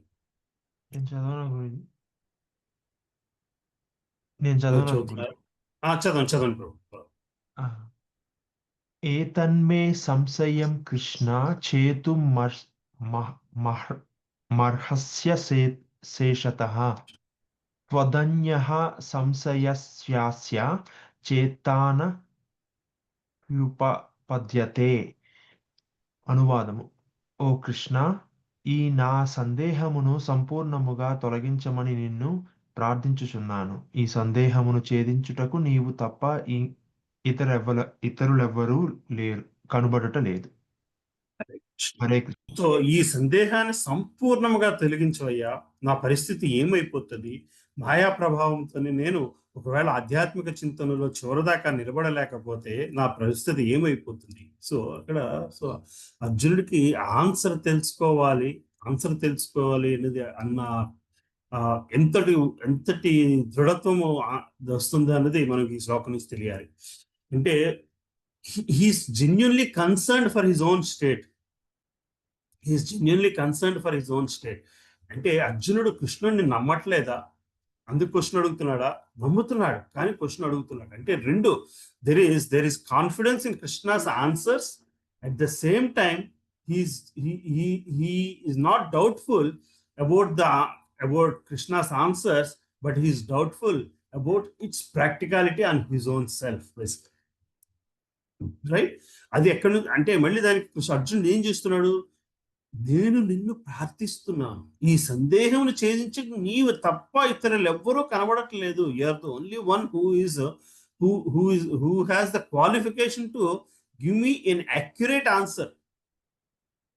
ఎక్కడి నుంచి వస్తుంది? శరణత్వం నుంచి వస్తుంది, శరణాగతిలోంచి వస్తుంది. గురువుకి ఎట్లా శరణాగతి పొందాలి అంటే తాపత్రయం ఉండాలి, మనకు ఆ సమాధానం తెలుసుకోవాలన్నంత తాపత్రయం ఉండాలి. అంతే, అని తెలుసు తాపత్రయం ఉండి గురువు మీద అంతటి నమ్మకముతోని నువ్వు తప్ప నాకు వేరొకడు లేడు కృష్ణ, ఈ సమాధానం చెప్పడానికి నువ్వు మాత్రమే, నన్ను మాయా స్థితిలో పడకుండా, నన్ను భౌతిక స్థితిలో పడకుండా, నన్ను కేవలము ఆధ్యాత్మిక స్థితిలో నిలబడి భౌతిక కార్యాలు చేసుకునే స్థితిలోకి తీసుకెళ్ళగలిగే సమర్థుడివి. నువ్వు చెప్తుందంతా బాగుంది కృష్ణ, కానీ నాకు ఈ సందేహం ఉంది అని చెప్పుకొస్తున్నాడు. శ్రీకృష్ణుడు భూత భవిష్యత్తు వర్తమానమును పూర్తిగా నెరిగినవాడు. జీవులన్నీ తమ వ్యక్తిత్వంతో గతమునందును వర్తమానమునందు భవిష్యత్తునందు నిలిచి ఉందిరనియు, భౌతిక బంధం నుంచి విముక్తిని పొందినప్పటికీ వారట్లే భవిష్యత్తు కాలమును కూడా వ్యక్తిత్వంతో కొనసాగుచుందిరని భగవద్గీత ఆరంభంలో 2.12వ శ్లోకంలో భగవానుడు తెలిపిండు. ఈ విధముగా జీవుని భవిష్యత్తును కూర్చిన ప్రశ్నలకు అతడు ఇదివరకే స్పష్టంగా సమాధానం ఇచ్చాడు. కానీ ఇప్పుడు అర్జునుడు సామాన్య జీవుని విషయం గురించి కాకుండా ఆధ్యాత్మిక మార్గమునందు విజయమును సాధింపలేని యోగి భవిష్యత్తుని గురించి తెలియగోర్చున్నాడు. సో ఇంతకాలం కూడా అర్జునుడు మనిషి గురించి, మానవుని గురించి క్వశ్చన్లు అడుగుతూ వచ్చాడు. కానీ ఇక్కడ భౌతిక మానవుడి స్థితిలో క్వశ్చన్లు అడగట్లేదు. భౌతిక మానవుడి స్థితి ఆధ్యాత్మిక స్థితి రుచిని కొంచెం చూసిన తర్వాత ఉండే స్థితి అంటే his state of mind is already increased to a point where he is thinking beyond materialistic world. భౌతిక ఆసక్తి నుంచి బయటపడి ఆధ్యాత్మిక ఆసక్తితో స్థితిలో ఉన్నాడు అర్జునుడు. ఇదంతా కూడా ఇంకా కర్మయోగం చివరిలో ఉన్నాం. భక్తి యోగ స్థితికి వచ్చేసరికి అర్జునుడి తాలూకు మనస్థితి ఎట్లా మారుతుందో మనం గ్రహించగలగాలి. ఎందుకు ఇది అర్జునుడి స్థితి గురించి ఎక్కువ చెప్తున్నానంటే, భగవద్గీత ఒక ఫిలాసఫికల్ బుక్ కింద అర్థం చేసుకోవచ్చు, కానీ అర్జునుడి స్థితి అర్థం చేసుకున్నప్పుడే మనం ప్రాక్టికల్ గా మన స్టేట్ ఏంటో మనం అర్థం చేసుకోగలుగుతాం. నిజానికి మనం we have to put our selves in Arjuna's shoes. మనం అర్జునుడి పాయింట్ ఆఫ్ వ్యూలో ఆలోచించగలిగినాడు మాత్రమే శ్రీకృష్ణ పరమాత్మకి అర్థమవుతూ ఉంటాడు.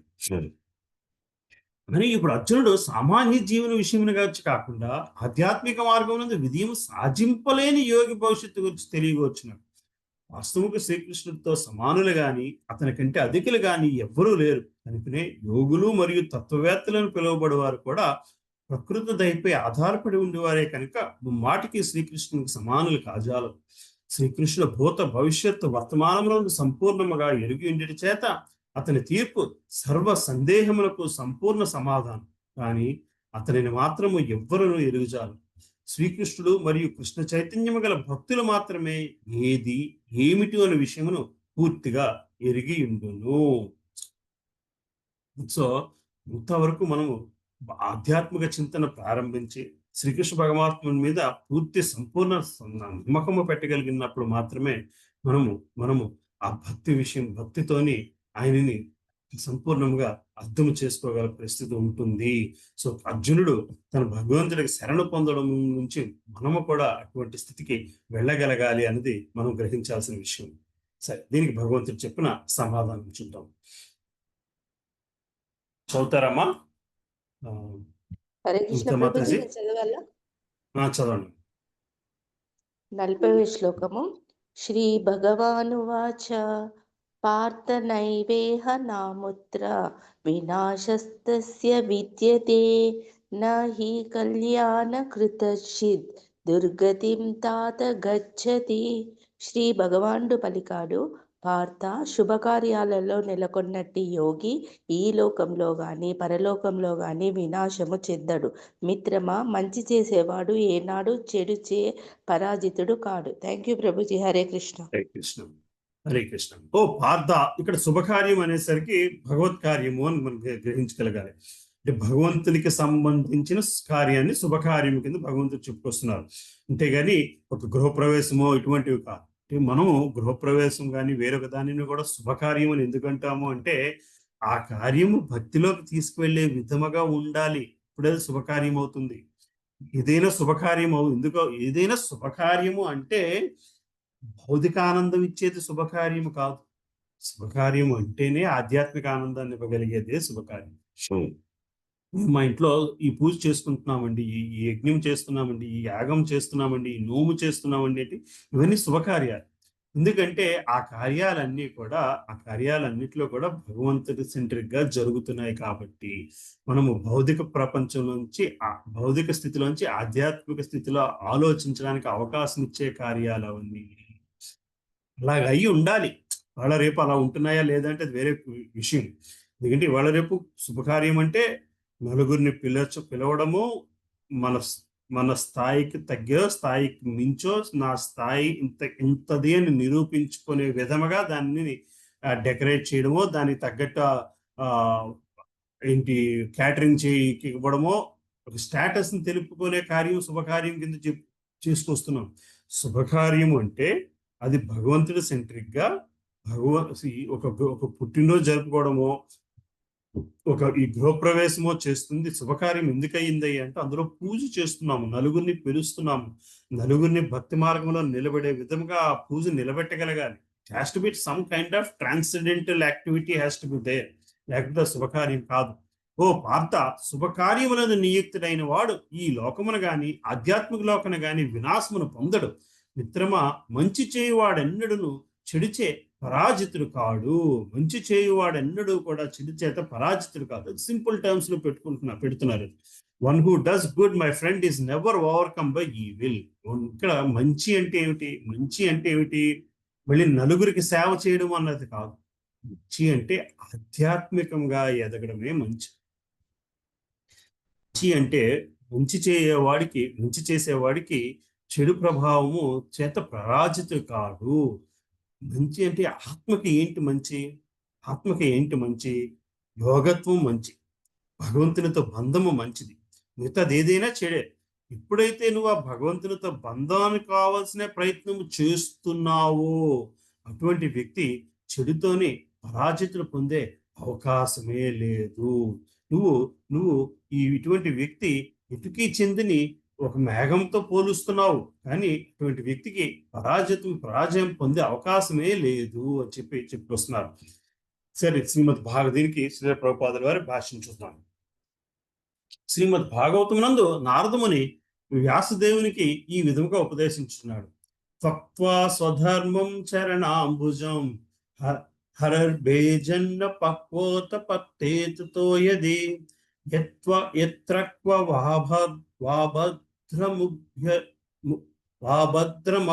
అబుద్ధమస్య కింకో వార్ధా ఆప్తో భజతాం స్వధర్మతః. ఎవరైనను భౌతిక వాంఛనన్నిటినీ విడిచి దేవదేవునికి పూర్తిగా శరణ పొందినచో ఏ విధమైన నష్టము గాని పతనము గాని కలగబోదు.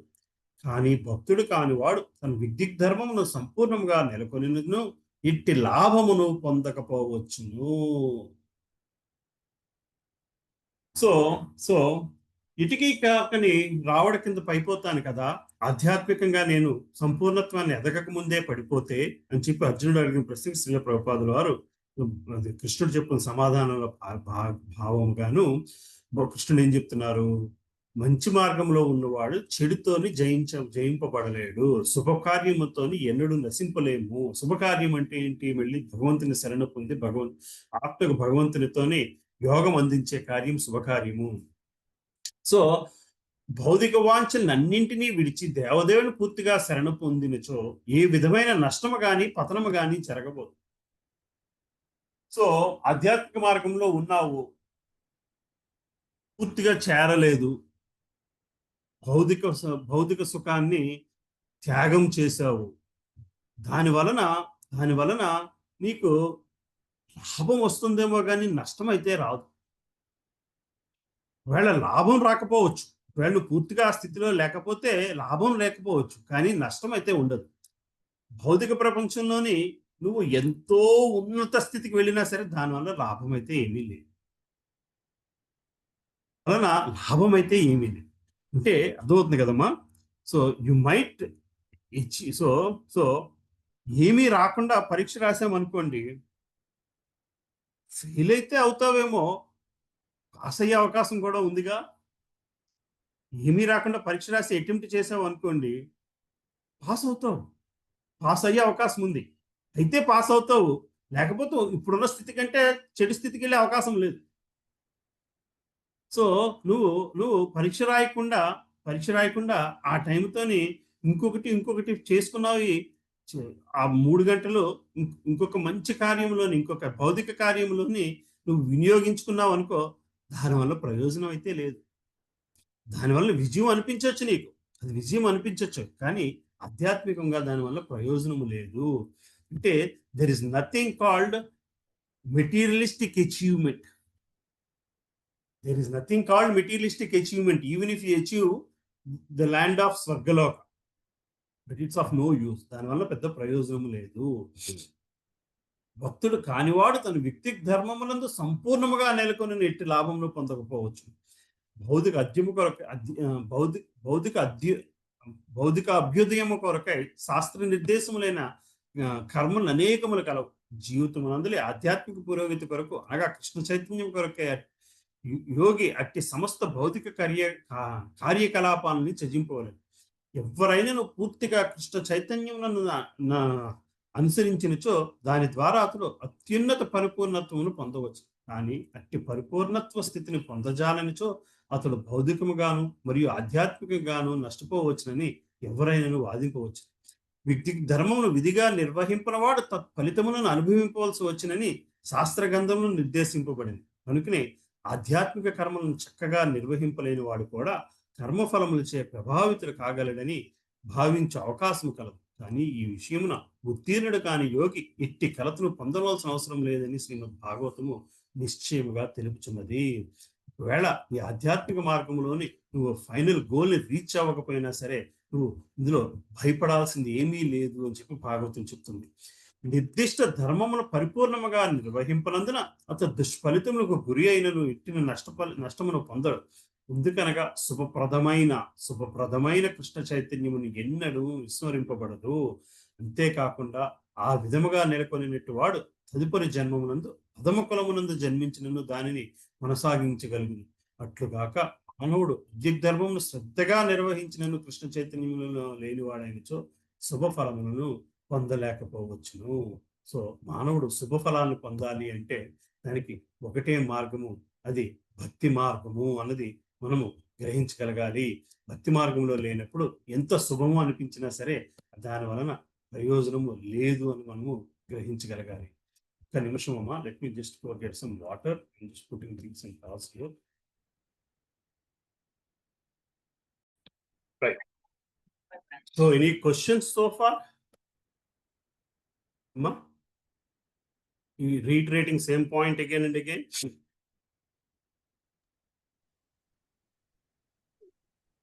క్వశ్చన్స్ అయితే ఏమీ లేవు కానీ ప్రభుజీ, బట్ ఇవన్నీ డెప్త్ థింగ్స్ కదా ప్రభుజీ, మెయిన్ థింగ్స్ కదా ఇవన్నీ. అవును అవునమ్మా, అవును. మనసు, బుద్ధి అసలు మెయిన్ ఇవే కదా మనకి. ఇంకొకటి ఆధ్యాత్మికంగా ఎలాగా రావాలి, అసలు మనకి చిన్న ఇంటెన్షన్ అసలు స్టార్ట్ ఉండాలి మనకంటూ, ఉంటేనే కదా ఇప్పుడు ఈ క్లాస్లో కూర్చున్నాము అంటే మీనింగ్. సో వైరాగ్యము అన్నప్పుడు అనిపించింది ప్రభుజీ, మేబీ ఆ పాత్రలో ఉన్నామేమో, అందుకనే ఈ క్లాస్కి వచ్చామేమో అని అనిపించింది నాకు. ఎక్కడో జన్మలో వదిలేసింది ఇక్కడ స్టార్ట్ అవుతుంది. అది that is the purpose of starting basically. If you are not able to complete it within this lifetime, you'll at least start where you left off. తదుపరి జన్మలో కొనసాగింపగలను అదే రాసుకొస్తున్నారు ఇక్కడ. అంతేకాకుండా ఏ విధముగా నెలకొనినట్టు వాడు తదుపరి జన్మను అధమ కులములో జన్మించిన దానికి కొనసాగింపగలను. అట్లుగాక మానవుడు విద్యుత్ ధర్మము శ్రద్ధగా నిర్వహించినను కృష్ణ చైతన్యం లేని వాడైనచో శుభఫలమును పొందలేకపోవచ్చు. సో భౌతికంగా ఎంత కష్టపడినా సరే అది దానికి కంటిన్యూటీ ఉండదు. ఆధ్యాత్మికంగా కొంచెం కష్టపడినా సరే దానికి కంటిన్యూటీ ఉంటుంది. అదొక్కటే మిమ్మల్ని life time to life time carry చేస్తుంది. మెటీరియలిస్టిక్ అచీవ్మెంట్ అది life time to life time carry చేయదు basically. That is what we need to understand. స్వర్గలోక ప్రాప్తం ఉన్నా సరే ఇది దాని నుంచి మనము భగవద్ధామం చేరడానికి అవకాశం లేదు. So these are important. మనకి ఆత్మతత్వము ఇవన్నీ అర్థం కావడం ఇంపార్టెంట్, కానీ అర్థమైన తర్వాత దాన్ని ప్రాక్టికల్ గా అప్లికేషన్ లో పెట్టాలి అంటే ఇదంతా అర్థం కావాలి. గా అప్లికేషన్ లో పెట్టాలి అని విషయం చెప్తున్నారు. ఇక్కడ ఎలా పెట్టాలో కూడా చెప్పలేదు. ఆధ్యాత్మికంగా ఉండడం కోసం ఇంత తపన పడాలి, ఇది చేయాలి, అది చేయాలి, ఎలా చేయాలి అనేసరికి భక్తి యోగం స్టార్ట్ అవుతుంది. భక్తి 7వ అధ్యాయం నుంచి దాన్ని ఎట్లా పెట్టాలో మనకి వస్తుంది. రైట్.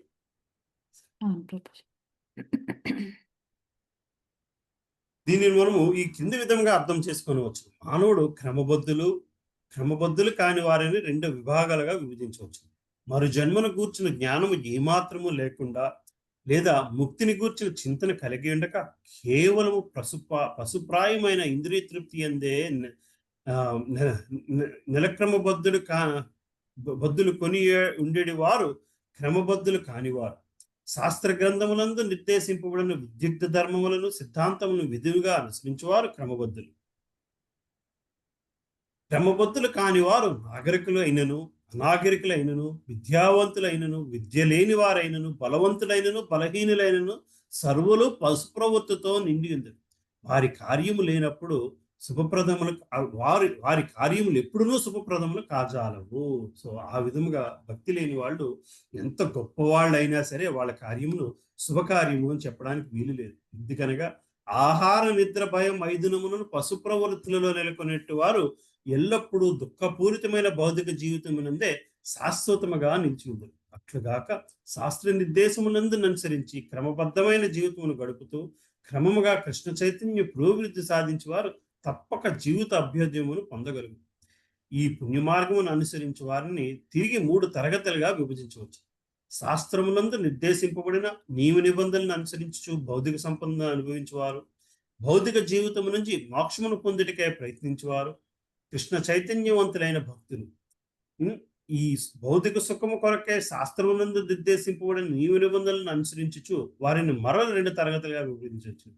వారు కామ్యకర్మ ఫలములను కోరువారు, ఇంద్రియ తృప్తి కొరకే కర్మఫలమును కోరనివారు. ఇంద్రియ తృప్తి కొరకే కామ్యకర్మ ఫలములను కోరువారు ఉన్నత ప్రమాణములు గల జీవితమును లేక ఉన్నత లోకమును కూడా పొందగలిగినట్లుగా అభివృద్ధి సాధింపవచ్చున భౌతిక జీవితం నుంచి వారు విముక్తులు కానందున నిజమైన మంగళకరమైన మార్గమును అనుసరించేవారు కాజారు. మానవుని ముక్తి వైపునకు నడిపించే కర్మలు మాత్రమే వాస్తవమునకు మంగళకరమైన కర్మలు. మానవుని ముక్తి వైపు నడిపించగలిగిన కర్మలు మాత్రమే మంగళకరమైన కర్మ. చరమమైన ఆత్మానుభూతి లేక భౌతిక దేహబంధం నుంచి ముక్తి కొరకు ఉద్దేశింపబడిన ఏ కర్మ మంగళకరము కానే కాదు.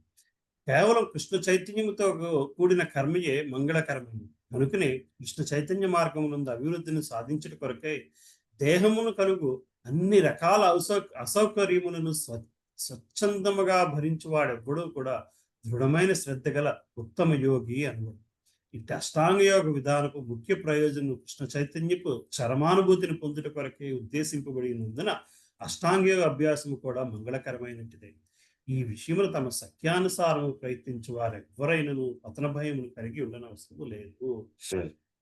సో ఎప్పుడైతే మనము మన ఆ స్థితిని అర్థం చేసుకుని నడుచుకోగలుగుతామో అప్పుడు మనము భయపడాల్సిన అవసరం లేదు. ఎందుకంటే దీని వలన చిన్న ఎఫర్ట్ అయినా సరే మనకి ప్రయోజనం ఉంటుంది. భౌతికంగా ఎంత ఎఫర్ట్ సంపాదించినా సరే దానివల్ల ప్రయోజనం లేదు. సో మానవ జీవితము నియమ సంహితము నియమరహితము అంటే ఒక పద్ధతిని ఫాలో అయ్యి శుభకరమైన మార్గం ఏమిటయ్యా అంటే భౌతిక సుఖాల కోసం శాస్త్రాలను పాటించేవారు ముక్తి కొరకు కృష్ణ చైతన్యంలో సాధన చేస్తున్న భక్తులు. బేసికల్ గా సెంటెన్స్ లేదా తేడా ఉంది, బట్ భక్తి కొరకు కృష్ణ చైతన్యంలో సాధన చేస్తున్న భక్తులు మాత్రమే శుభకరమైన భక్తులు అని మనం గ్రహించగలగాలి. నియమరహితం అంటే జంతు ప్రవృత్తి ఎల్లప్పుడూ శుభాన్ని కలగజేయదు. జంతు ప్రవృత్తిలోని మళ్ళీ ఏ రకమైన వ్యక్తి అయినా సరే ఆధ్యాత్మికంగా ఎదగడానికి అవకాశం లేదు.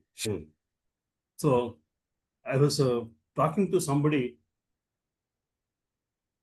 లాస్ట్ వీక్ ఇన్ అమెరికాలో ఒక ఎవరితోనో మాట్లాడుతున్నాను. ఆల్మోస్ట్ ఒక 15 years తర్వాత ఆయనతో మాట్లాడుతున్నాను. సో ఆయన చెప్పుకొస్తున్నాడు, నేను సచ్చిదానంద స్థితిని దాటుకొచ్చేసాను. సో ఇప్పుడు నాకు చాలా సుఖంగా ఉంది.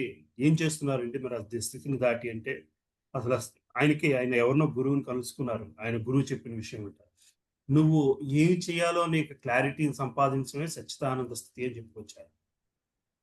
సో ఈయన ఇప్పుడు అమెరికాలోని 72 రిటైర్మెంట్ 72 ఏళ్ల మందే సోషల్ సెక్యూరిటీ కిక్కిన్ అవ్వదు. కాబట్టి నా ప్రయత్నం అంతా కూడా 72 ఏళ్ల దాకా ఆరోగ్యంగా బతకగలను.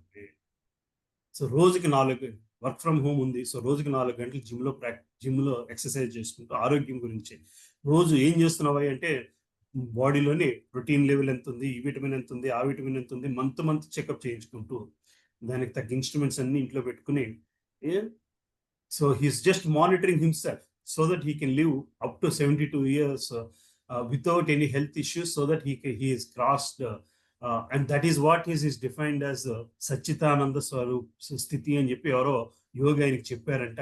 అందుకు ఆ స్థితిలో అందుకోసం అని చెప్పి దానికోసం నేను practice my goal of life is this basic to live beyond 72 and do what after that.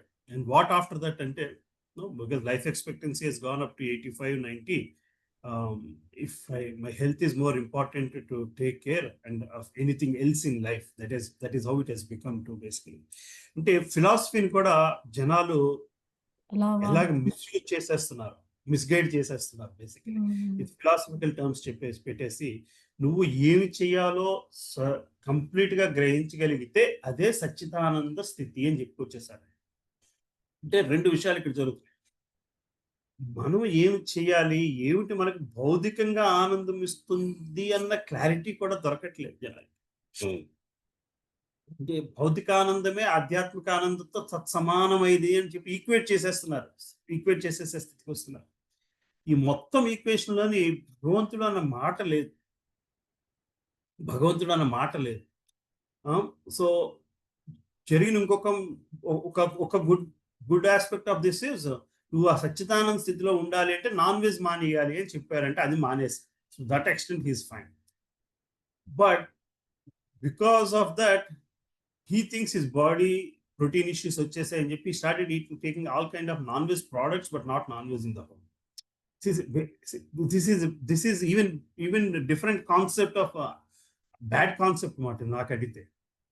అంటే మనము అంటే దీని అంతట్లో దేని మీద వ్యామోహం ఉంది? శరీరం మీద వ్యామోహం. భగవంతుడు అన్న ఆలోచన ఎక్కడా కనబడట్లేదు. భగవంతుని ఆలోచన ఎక్కడా కనబడకుండాను నువ్వు భూమి మీద ఆనందంగా ఉండడమే ఆధ్యాత్మిక ఆనంద స్థితి అని చెప్పేసే పరిస్థితికి వెళ్ళిపోయింది ఫిలాసఫీ. నాకు భౌతిక ఆనందం పొందడం కూడా కష్టమైంది కాబట్టి నువ్వు అది పొందగలిగితే ఆధ్యాత్మిక స్థితికి వెళ్ళిపోయినట్లే అని చెప్పేస్తాను. సచ్చిదానంద స్థితికి వెళ్ళిపోయినట్లే అని చెప్పేస్తాను. అంటే కలియుగం తాలూకు ప్రభావం ఎట్లా ఉందో చూడండి. సో ఎక్కడి నుంచి వస్తుంది అంటే సింపుల్ లివింగ్ అన్న కాన్సెప్ట్ నుంచి దూరం అవుతున్న కొద్దీ లైఫ్ని కాంప్లికేటెడ్ చేసేసుకుంటున్నాము. లైఫ్ని కాంప్లికేటెడ్ చేసేసుకున్న దగ్గర నుంచి even peace of mind, materialistic peace of mind కూడా దొరకని స్థితిలోకి వెళ్ళిపోతుంది. ఎప్పుడైతే ఆ స్థితిలోకి వెళ్ళి అప్పుడు మనకి ఏ చిన్న విషయం చెప్పినా సరే మెటీరియలిస్టిక్ గా కంఫర్ట్ ఇస్తే అదే చాలు, అదే గొప్ప అనుకునే స్థితిలోకి వెళ్ళిపోతుంది. అసలైన భగవంతుని బంధంతో ఉండే ఆనందాన్ని చవి చూడలేకపోవడం వచ్చినప్పుడు for such a person to come into pure spiritual practice, there has to be a lot of unlearning has to happen. ఇది ఎట్లా జరుగుతుందో నాకైతే అర్థం కాలేదు. ఎందుకంటే people have already crossed 50s. They're already 54, 55 age group basically. It is very difficult to teach them something different at this stage. Anyway, so భగవంతుడు ఇక్కడ చెప్పుకొస్తున్నాడు, నువ్వు భౌతికంగా ఎంత ఎదిగినా సరే ఆధ్యాత్మికంగా ఎదగడం లేకపోతే దానివల్ల ప్రయోజనం లేదు. ఆధ్యాత్మికంగా కొంచెం ఎదిగినా సరే దానివల్ల నష్టం లేదు, అది శుభకార్యం అంటే అని చెప్పి చెప్పుకొస్తున్నాడు. రైట్, సరే నెక్స్ట్ ఎవరు చదువుతారు? నేను చదువుతాను ప్రభుజీ. చదవండి. ప్రాప్య పుణ్యకృతాం లోకాం నుషిత్వా శాశ్వతీ సమాహ శుచినాం శ్రీమతాం గేహే యోగభ్రష్టో బిజాయతే.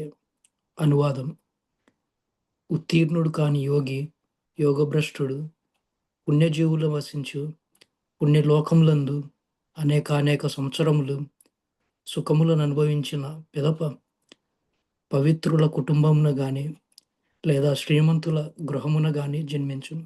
హరే కృష్ణ. హరే కృష్ణుడు. ఉత్తీర్ణుడు కాని యోగి, యోగ భ్రష్టుడు అంటే ఉత్తీర్ణుడు కాని యోగి, చివరికి గోల్ రీచ్ అవ్వలేకపోయిన వ్యక్తి పుణ్యజీవులు వసించు పుణ్యలోకములందు. పుణ్యజీవులు వసించు పుణ్యలోకములు అంటే మనకి పైన చాలా లోకములు ఉన్నాయి. స్వర్గలోకము, తపోలోకము, బ్రహ్మలోకము, ఇట్లాగా అనేక సంవత్సరములు సుఖములను అనుభవించి పిదప పవిత్రుల కుటుంబమును గాని లేక శ్రీమంతుని గృహమునందు గాని జన్మించడం జరుగుతున్నది. మళ్ళీ ఎందువలన అంటే అటువంటి పవిత్ర కుటుంబంలో జన్మించినప్పుడు ఆ ఉత్తీర్ణుడు కాని ఇంకా ఏమిటైతే బ్యాలెన్స్ ఉండిపోయిందో, ఎక్కడైతే తన చిన్న చిన్న విషయాలు చిన్న చిన్న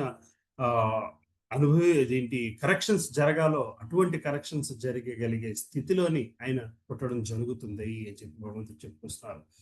చదువుతాం, దీని భాష్యం చూద్దాం. యోగ భ్రష్టులను 2 తరగతులుగా వివరించవచ్చు. స్వల్పకాల యోగాభ్యాసము పిమ్మట పతనము పొందినవారు, దీర్ఘకాల యోగాభ్యాసము పిమ్మట పతనము పొందినవారు. స్వల్పకాల యోగాభ్యాసము చేసిన పిమ్మట పతితుడైన యోగి పుణ్యజీవులు ప్రవేశించడానికి అనుమతింపబడి ఉన్నత లోకమును చేరు. అక్కడ దీర్ఘకాలము నివసించిన పిమ్మట తిరిగి ఈ లోకమునందు పవిత్రమైన బ్రాహ్మణ వైష్ణవ కుటుంబమునందు గాని సంపన్నుల గృహమునందు గాని జన్మించారు. ఈ అధ్యాయపు చివరి శ్లోకమును వివరింపబడినట్లు కృష్ణ చైతన్యమునందు పరిపూర్ణత్వను పొందిటే యోగాభ్యాసపు వాస్తవ ప్రయోజనం. కానీ దీర్ఘకాలం యోగాభ్యాసము అభ్యసింపజాలక భౌతికాకర్షించే ప్రభావితులై యోగమునందు ఉత్తీర్ణుడు కాని లేని వారికి భగవానుని కృపచే వారి భౌతిక వాంఛను తృప్తి పరుచుకునే అవకాశం ఇవ్వబడు. అటు పిమ్మట వారికి పవిత్ర కుటుంబమును గాని సంపన్న గృహము గాని సుఖము అనుభవించే అవకాశం కల్పించబడు. అటు కుటుంబంలో జన్మించిన వారు తమకు లభించిన సౌకర్యమును వినియోగించుకుని తిరిగి పరిపూర్ణ కృష్ణ చైతన్యం పురోభివృద్ధి సాధించడానికి ప్రయత్నింపవచ్చును. సో ఇంకా పూర్తిగా మన భౌతిక కోరికలని జయించలేని వ్యక్తులు అది వేరే ఏ కారణంతో అయితే జయించలేరో ఆ కారణముకు సంబంధించిన అవకాశం ఉండే కుటుంబంలో పుట్టడానికి అవకాశం వస్తుందంట. అంటే సంపూర్ణ ఏంటి ఒక బ్రాహ్మణ కుటుంబంలో పుట్టినప్పుడు చిన్నప్పటి నుంచి ఆధ్యాత్మిక ఆలోచనలకు వెళ్ళడం వైపుకి వాళ్ళకి అవకాశం వస్తుంది. ఒక గొప్ప సంపన్నుడు కుటుంబంలో పుట్టినప్పుడు కనీసం బేసిక్ రిక్వైర్మెంట్స్ గురించి వాళ్ళు ఆలోచించకుండాను కేవలం భక్తి మార్గంలో వెళ్ళడానికి అవకాశం ఉండడం కోసము అట్లా జరుగుతుంది. అంటే సంపదను అనుభవించడం కోసం సంపన్న కుటుంబంలో పుట్టడం కాదు, ఆ సంపదని వలన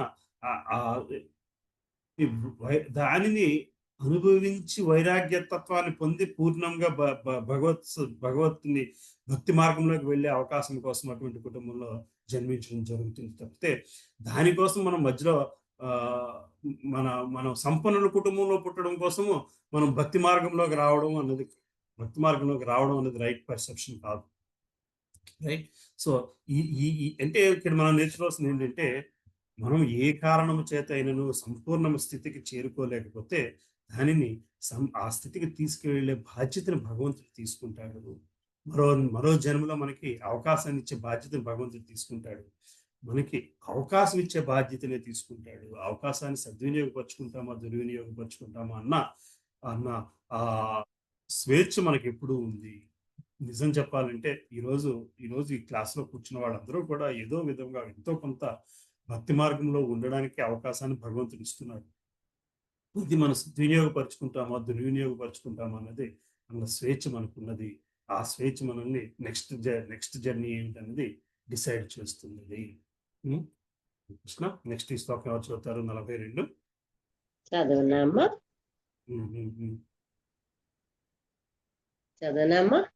చదవమ్మా. హరే కృష్ణ.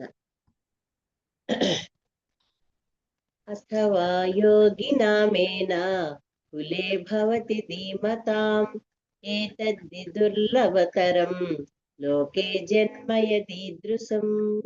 అనువాదము.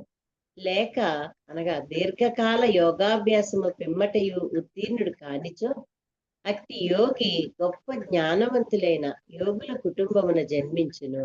కాని ఈ జగత్తులో అట్టి జన్మము నిశ్చయముగా మిక్కిలి అరుదు. బహూనాం జన్మనామపి వస్తుంది మనకి. ఎగ్జాక్ట్ 7వ అధ్యాయంలో వస్తుంది. బహూనాం జన్మనాం అంటే ఎక్కడో దగ్గర ఏదో జన్మలో పరిపూర్ణ శరణాగతి చెందాలి. అది లేకపోతే అన్ని జన్మలు మెట్టు బై మెట్టు ఎక్కినట్టు జరుగుతూ ఉంటుంది. దీర్ఘకాల యోగాభ్యాసము పిమ్మట ఉత్తీర్ణుడు కానిచో అట్టి యోగి గొప్ప జ్ఞానవంతులైన యోగుల కుటుంబంలో జన్మించను. కానీ ఈ జగత్తులో అట్టి జన్మం నిశ్చయముగా మిక్కిలి అరుదు. ఎందుకు అరుదయ్యా అంటే మనము పడిపోవడానికి మొదలు పెడితే అంటే అంటే అదృష్టం వచ్చింది మళ్ళీ మనం సద్వినియోగం చేసుకోగలగాలి. దానికే బహునాం జన్మనాం అంటే ఎన్నెన్నో జన్మలు పట్టేసే స్థితికి వెళ్ళిపోతుంది. ఎందుకంటే ఈ ప్రాసెస్లో మళ్ళీ భౌతిక ఇంద్రియాకర్షణ దేనికైనా పడిపోయే అవకాశం ఉంది. రైట్, భాష్యం చూద్దాం, మళ్ళీ వద్దాం మనకి కావాలంటే. గొప్ప జ్ఞానవంతులైన యోగుల కుటుంబంలోని లేదా శుద్ధ భక్తుల కుటుంబంలో కానీ జన్మించుట ఇచ్చిన ప్రశంసింపబడింది. ఎందుకనగా అట్టి కుటుంబంలో జన్మించే శిశువునకు జీవిత ఆరంభం నుంచి ఆధ్యాత్మిక జీవితమునకు ప్రోత్సాహం లభించింది. ఇట్టిది ముఖ్యంగా ఆచార్యులు లేక గోస్వాముల కుటుంబంలో జరిగింది. అట్టి కుటుంబంలో వారు సాంప్రదాయము మరియు శిక్షణ వలన గొప్ప పాండిత్యము మరియు భక్తితో కూడి ఉండేటి చేత ఆ కుటుంబంలో జన్మించిన వారు ఆధ్యాత్మిక ఆచార్యులు కాగలరు. భారతదేశమునందు అట్టి ఆచార్య కుటుంబములు అనేకములు కలవు. కానీ తగినంత విద్య మరియు శిక్షణ లోపించి ఉన్నందున అవి ప్రస్తుతము పతనము చెందినవి. అయినను భగవానుని కృపచే తరతరములుగా శుద్ధ భక్తులను తయారు చేయు అటు కుటుంబములు ఇంకనూ కొన్ని కలవు. అట్టి కుటుంబములలో జన్మించిన నిశ్చయముగా గొప్ప అదృష్టం. భగవత్ కృపచేతనే మా ఆధ్యాత్మికాచార్యులు అయిన ఓం విష్ణుపద శ్రీ శ్రీ భక్తి సిద్ధాంత సరస్వతి గోస్వామి మహారాజు గారికి మాకును అట్టి కుటుంబంలో జన్మించిన అవకాశం కలిగింది. ఆ విధంగా జీవిత ఆరంభం నుంచే మేము కృష్ణ భగవాను భక్తియుక్త సేవ యందు సుశిక్షితులమైతే తదుపరి భగవాను దివ్య సంకల్పంచే నేను గురు శిష్య పరంపరలో ఉన్న ఆధ్యాత్మిక చారిని కలుసుకుంటుంది. ఇక్కడ మనం గ్రహించాల్సింది ఏంటంటే శ్రీల ప్రభుపాదుల వారి గురించి, శ్రీ సిద్ధాంత సరస్వతి ఠాకూర్ గారి గురించి చెప్పుకొస్తున్నారు. అయితే ప్రభుపాదుల వారికి ఇంకా బ్రదర్స్ ఉన్నారు. సిద్ధాంత సరస్వతి ఠాకూర్ల వారికి కూడా ఇంకా సిబ్లింగ్స్ ఉన్నారు. వీళ్ళందరూ కూడా అదే కుటుంబంలో పుట్టారు. సో కుటుంబంలో పుట్టినంత మాత్రాన్ని మనం గొప్పవాళ్ళం అయిపోతామని అన్ని అనుకోవడానికి వీల్లేదు. ఎందుకంటే ఆ కుటుంబంలో పుట్టిన వాళ్ళు అందరూ కూడా మరి ఈ ఆధ్యాత్మిక స్థితిలోనే ఎందుకు ఉండలేకపోయారు? అవకాశం భగవంతుడు ఇస్తున్నాడు. కానీ దానిని సద్వినియోగం చేసుకుంటామా, దుర్వినియోగం చేసుకుంటామా? మళ్ళీ ఇంకా అంటే సద్వినియోగం చేసుకోగలిగితే తక్కువ జన్మలలో ముందుకు వెళ్తాము. దుర్వినియోగం చేసుకుంటే మరిన్ని జన్మలని చూడాల్సి వస్తున్నది. రైట్, అది మనము గ్రహించాల్సిన విషయం. అందువలన ఇటువంటి విషయము జరుగుతుంది. నీకు మంచి కుటుంబంలో జన్మ రావడం జరుగుతుంది. అందుకని దాని మీద డిపెండ్ అవ్వడానికి వీలు లేదు. అంత మాత్రాన్ని నువ్వు ముక్తి పొందేస్తాను అనుకోవడానికి వీలు లేదు. ఈ శ్లోకం కూడా చదువుతాము. తత్రాతం బుద్ధి సంయోగం లభతే పౌర్వదేహికం యత్ తే చ తతో భూయా సంసిద్ధౌ కురునందనాం. ఓ కురునందన, అట్టు జన్మను పొందిన పిమ్మట అతడు పూర్వజన్మకు సంబంధించిన ఆధ్యాత్మిక చైతన్యం పునరుద్ధరించుకుని పరిపూర్ణ విజయమును సాధించుటకు తిరిగి అధికమైన అభివృద్ధికై ప్రయత్నించును. సో అటువంటి అవకాశం మనకి కనబడుతుంది. బొమ్మలో చూస్తే జడభరతుడు ఒక బ్రాహ్మణ కుటుంబంలో పుట్టినా సరే ఎంతో భయంగా ఉంటాడు. నేను ఎప్పుడైనా పడిపోతానేమో, ఎప్పుడైనా సరే నేను నా భౌతిక స్థితికి లొంగిపోతానేమో, అందువలన భౌతిక ప్రపంచం నుంచి నేను ఇన్సులేషన్ పొందాలి అంటే నేను ఒక పిచ్చివాడిగా, బుర్రలేని వాడిగా పడుంటే ఎవడు నన్ను పట్టించుకోడు. అటువంటి జన్మ అరుదు అని ఎందుకు చెప్తున్నారంటే, అటువంటి జన్మ అరుదు అంటే జన్మ వరకు అరుదు కాదు, ఆ జన్మలో పురోభివృద్ధి చెందడం కలిగే జన్మ అరుదు. అటువంటి జన్మ పొందిన పిమ్మట అతడు పూర్వజన్మలకు సంబంధించిన ఆధ్యాత్మిక చైతన్యం పునరుద్ధరించుకొని పరిపూర్ణ విజయం సాధించి తిరిగి అధికమైన అభివృద్ధికై ప్రయత్నించును. అటువంటి ప్రయత్నం ఉన్నవాడైతే ముందుకు వెళతాడు. కానీ ప్రయత్నము చేయలేకపోతే ఏ కారణము చేత అయినాను. అందువలన అంటే అటువంటి జన్మ వస్తున్నది. అటువంటి జన్మలోనే అభివృద్ధి చెంది ముందుకు వెళ్ళగలిగే జన్మ అరుదయ్యా అని చెప్పుకొస్తుంది. జన్మ వరకు పర్వాలేదు, బట్ ప్రోగ్రెస్ ప్రాబ్లం. దానిని మనం జాగ్రత్తగా చూసుకోవాలి.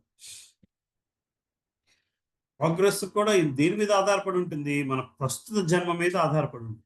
పూర్వ జన్మలకు సంబంధించిన ఆధ్యాత్మిక చైతన్యమును జాగృతము చేయుటకు ఉత్తమ బ్రాహ్మణ కుటుంబమున తన 3వ జన్మను పొందిన భరత మహారాజు వృత్తాంతం చక్కని ఉదాహరణ. భరత మహారాజు ప్రపంచ సార్వభౌముడు. అతని కాలము నుండియే దేవతలలో ఈ లోకము భరతవర్షముగా ప్రసిద్ధి పొందినది. పూర్వము ఇది ఇలావృత వర్షమని తెలియబడింది. బాల్యము నుండే ఆ చక్రవర్తి ఆధ్యాత్మిక సంసిద్ధి కొరకే ప్రయత్నించినను విజయమును సాధింపలేకపోయింది. తరువాత జన్మను అతను ఉత్తమ బ్రాహ్మణ కుటుంబం జన్మించాడు. అతడు నిర్జన ప్రదేశంలో నివసిస్తూ మౌనునిగా ఉండిట చేత అతడు జడభరతుడని పిలువబడి అతడు గొప్ప యోగి అని తదనంతరము రాహుగణుడని మహారాజు గుర్తింపగలిగింది. అతని జీవిత చరిత్ర నుంచి యోగాభ్యాస ప్రయత్నం ఎన్నడూ వృధా కావని భగవాన్ కృపచే తెలియబడుతుంది. అనగా యోగాభ్యాసకుడు కృష్ణ చైతన్యమునందలి పరిపూర్ణత్వమును కొరకే మరల అవకాశమును పొందుచునే ఉండును. సో ఒకసారి మనము ఈ యోగాభ్యాసం కోసము డెడికేటెడ్గా ఉండగలిగితే మళ్ళీ పరిపూర్ణత్వం కోసము తాపత్రయపడే విధంగా భగవంతుడు మనకి అవకాశాలు అయితే ఇస్తాడు. అయితే మనం దాన్ని ఎంతవరకు సద్వినియోగపరచుకుంటున్నాం అన్నది మన చేతిలో ఉంటుంది. అంటే ఇదంతా తెలియకపోవడం వల్ల సద్వినియోగపరచుకోలేకపోతే, ఒకటి తెలిసి కూడా సద్వినియోగపరచుకోలేకపోతే అది మరింతటి అవకాశాన్ని చేజార్చుకునే వాళ్ళని అవుతాము. So that should be the lesson from this chapter. Basically ఈ యోగాభ్యాసం అనేది ఏమిటి, దీన్ని అష్టాంగ యోగా స్థితిలో ఉండకూడదా అండి, అష్టాంగ ఎక్సర్సైజ్ చేయకూడదా అండి, చేసుకోవచ్చు. అందులో కృష్ణుడు ఉన్నాడా లేదా అనేది గ్రహించగలగాలి. దానివలన మన కృష్ణుడికి దగ్గర అవ్వగలిగితేనే దానివల్ల ప్రయోజనము, లేకపోతే దానివలన పెద్ద ప్రయోజనము లేదు. కేవలం శరీరానందం కోసం చేసే యోగాతోని ప్రయోజనము లేదు. ఈ యోగా అన్నది మనం భగవంతుని దగ్గరగా తీసుకెళ్ళడం కోసం ఉపయోగపడగలగాలి. సో ఇక్కడ ఆపుతున్నాను. So there any questions will discuss. ఈ class will try to do it as it is. అదే టైం చేయడానికి మండే మాకు సండే ఈవినింగ్ మీకు చేయడానికి ప్రయత్నిస్తాను. ఏ కారణం చేత అవ్వకపోతే నేను చెప్తాను. బట్ సాధ్యమైనంత వరకు ప్రస్తుతానికైతే అలాగ అవుతుందనే అనిపిస్తుంది. Any other questions? అమ్మా చెప్పండి. అదే ఈ జన్మలో గనక మనం గోల్ రీచ్ అవ్వలేకపోతే నెక్స్ట్ జన్మ వస్తుంది. అది దేవుడి కృప వల్ల మానవ జన్మ వస్తే మళ్ళీ మనము అది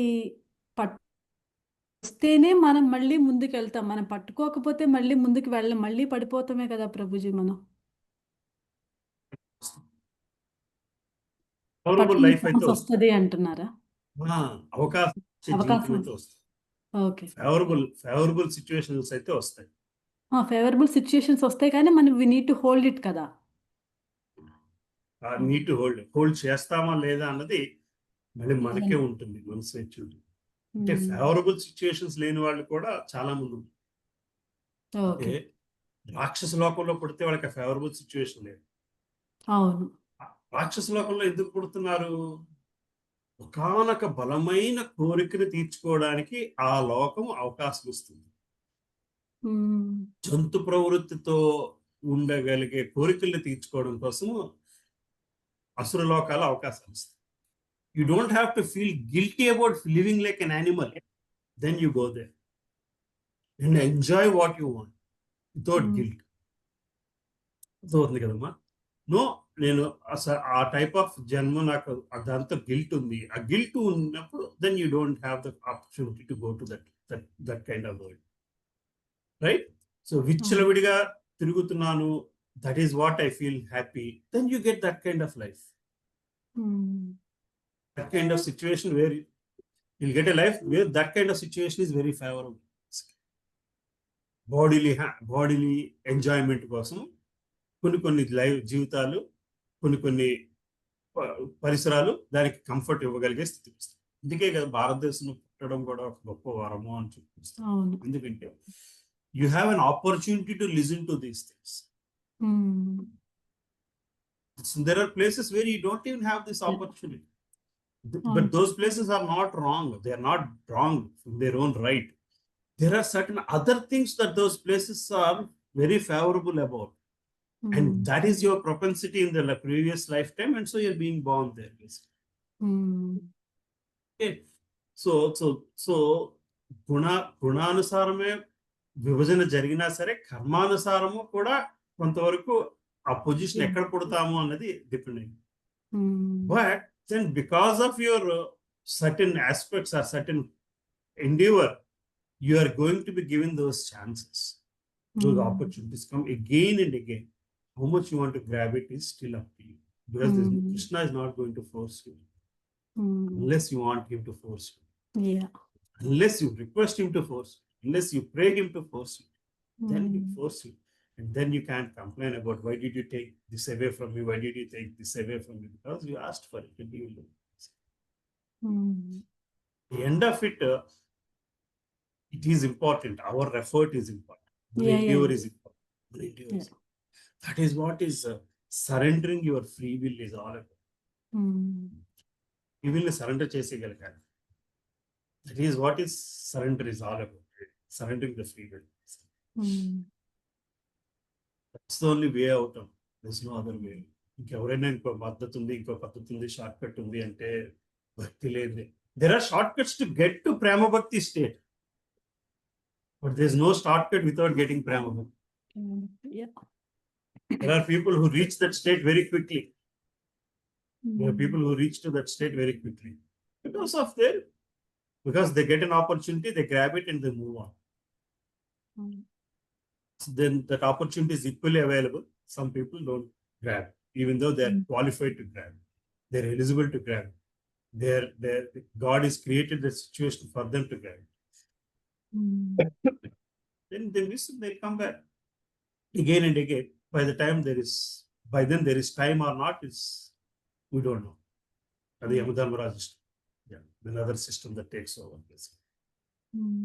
Multiple systems act on. That's what control systems is all about, right? I don't know if you studied that subject.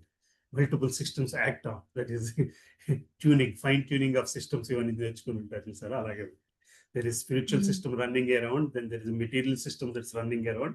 Beyond then there is a time system that is running around. Basically, that is irreversible process. Basically, right? They cannot do anything about it. So how do you?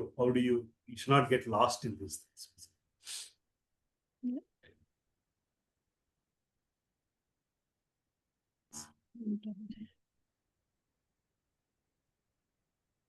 అంటే ఆలోచిస్తే ఆధ్యాత్మికం, devotional ఆధ్యాత్మికం అన్నది it's a very deep. Some times చాలా tough అనిపిస్తుంది, but some times tough కాదు అని అనిపిస్తుంది.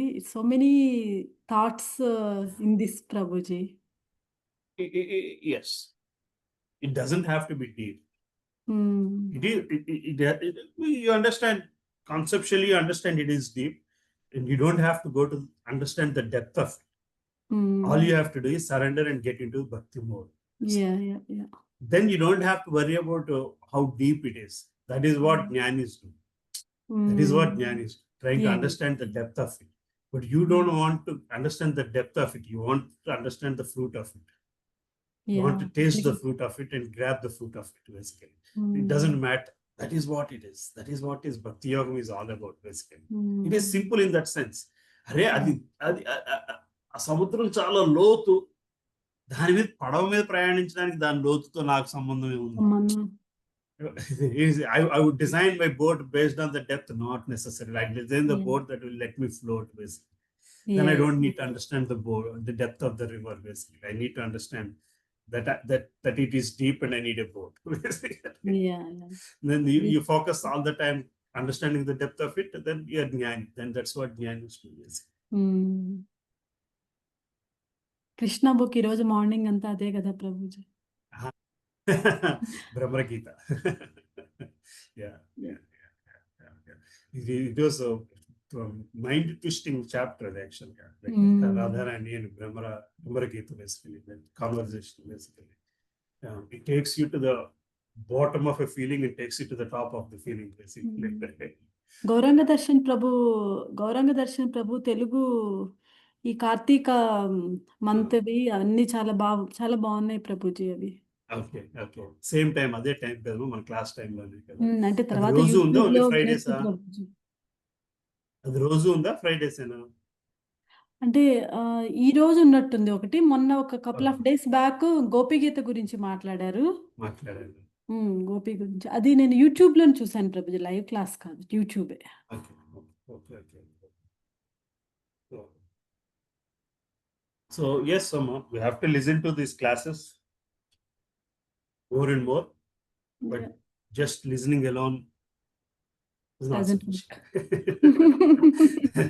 You need to listen to keep the feed alive, basically. Yeah. But then that has to take you to, yeah. Transformative change. ఏమొస్తుందో మనం question చేసుకోవాలి ఎప్పటికప్పుడు. ఈ వారంలో ఏం చేంజ్ వచ్చింది, ఈ మంత్లో ఏం చేంజ్ వచ్చింది. The same thing would I have been thinking differently if I didn't. The same materialistic task లో ఆలోచించే విధానంలో ఏం చేంజ్ వస్తుంది. Yeah.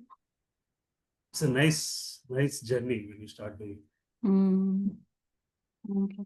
గురుజీ, ఒక క్వశ్చన్ గురుజీ. చెప్పండి విక్రమ్ ప్రభు. ఇందాకడ అన్లర్న్ చేసే ప్రాసెస్ కూడా ఇంపార్టెంట్ అన్నారు కదా, మనం ఇవన్నీ సక్సీడ్ అవటం కోసం. అది దానికి ఏమన్నా ఎగ్జాంపుల్స్ ఉన్నాయా గురుజీ? అంటే నార్మల్ గా దాని ఇది తెలుసు. ఇది వరకు ఒక సెకండ్ చాప్టర్ లో కూడా I think this came up ఒకసారి. So few things, Prabhu. So what my point there was, with the time, unlearning కూడా మనము రెసిస్టెన్స్ చూపెడతాం. For example there are two little kids ఆడుకుంటూ కొట్టుకుంటారు.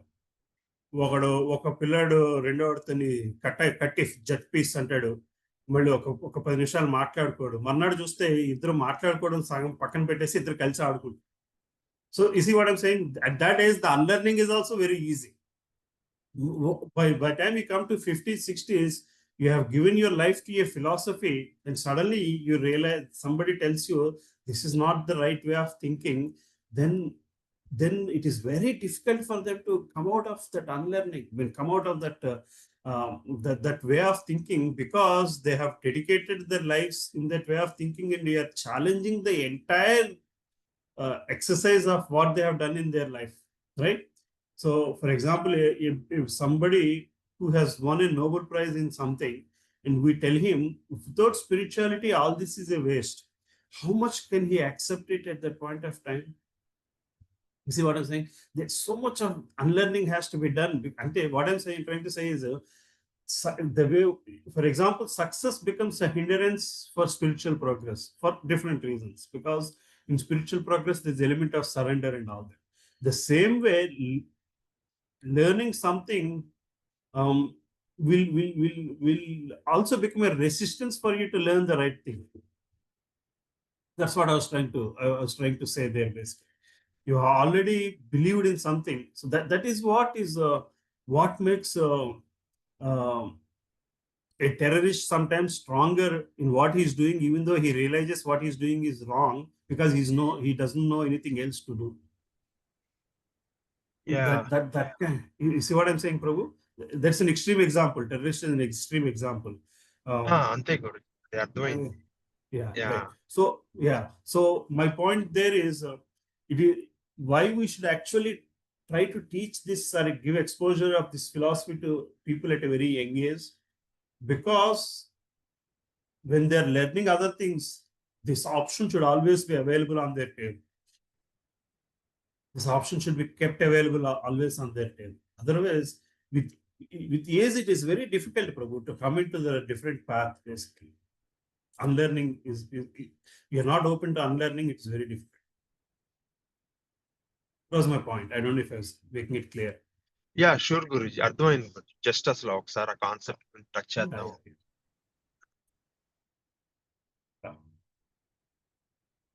Anything else? All right. So if there's nothing, we'll close the class here, and then we'll meet again Monday. As it looks like, I'll be able to take the class on Monday. Monday is what do you call it? Deepavali here. So for you, it's on Sunday. Okay. हरे कृष्ण माता जी, प्रेम का देवदासी माता जी, धन्यवाद हरे प्रणाम। Krishna How are you? प्रभु, दंडवत प्रणाम प्रभु जी। Good प्रभु जी। రాలేడమ్మా? Monday చెప్పండి. Class ఏ time Prabhuji? Monday same time అమ్మా, 5:30. మనం ఎవ్రీ మండే కదా చేస్తున్నాం ఇండియాలో. Okay okay class. Okay, so మంచిగా కల్పతరు విషయం గురుజీ ఏ టైం గురుజీ? అనంత Friday. హరే కృష్ణ. ఏం ప్రభు? సారీ, నెక్స్ట్ వీక్ ఎప్పుడు Guruji? We'll go back to our regular schedule is what I'm saying. 5 weeks మీకు కుదరదన్నారు కదా గురుజీ, అందుకని. Yeah, but I'm trying to make it happen. This is 1 week. So next week Okay. also I'll try to. So yeah, there's some changes happened. So I think I should be able to do that class Monday. Okay, sure Guruji, thank you Guruji. Okay. Hare Krishna Prabhu. Hare Krishna. Hare Krishna Prabhuji. Hare Krishna. Hare Krishna.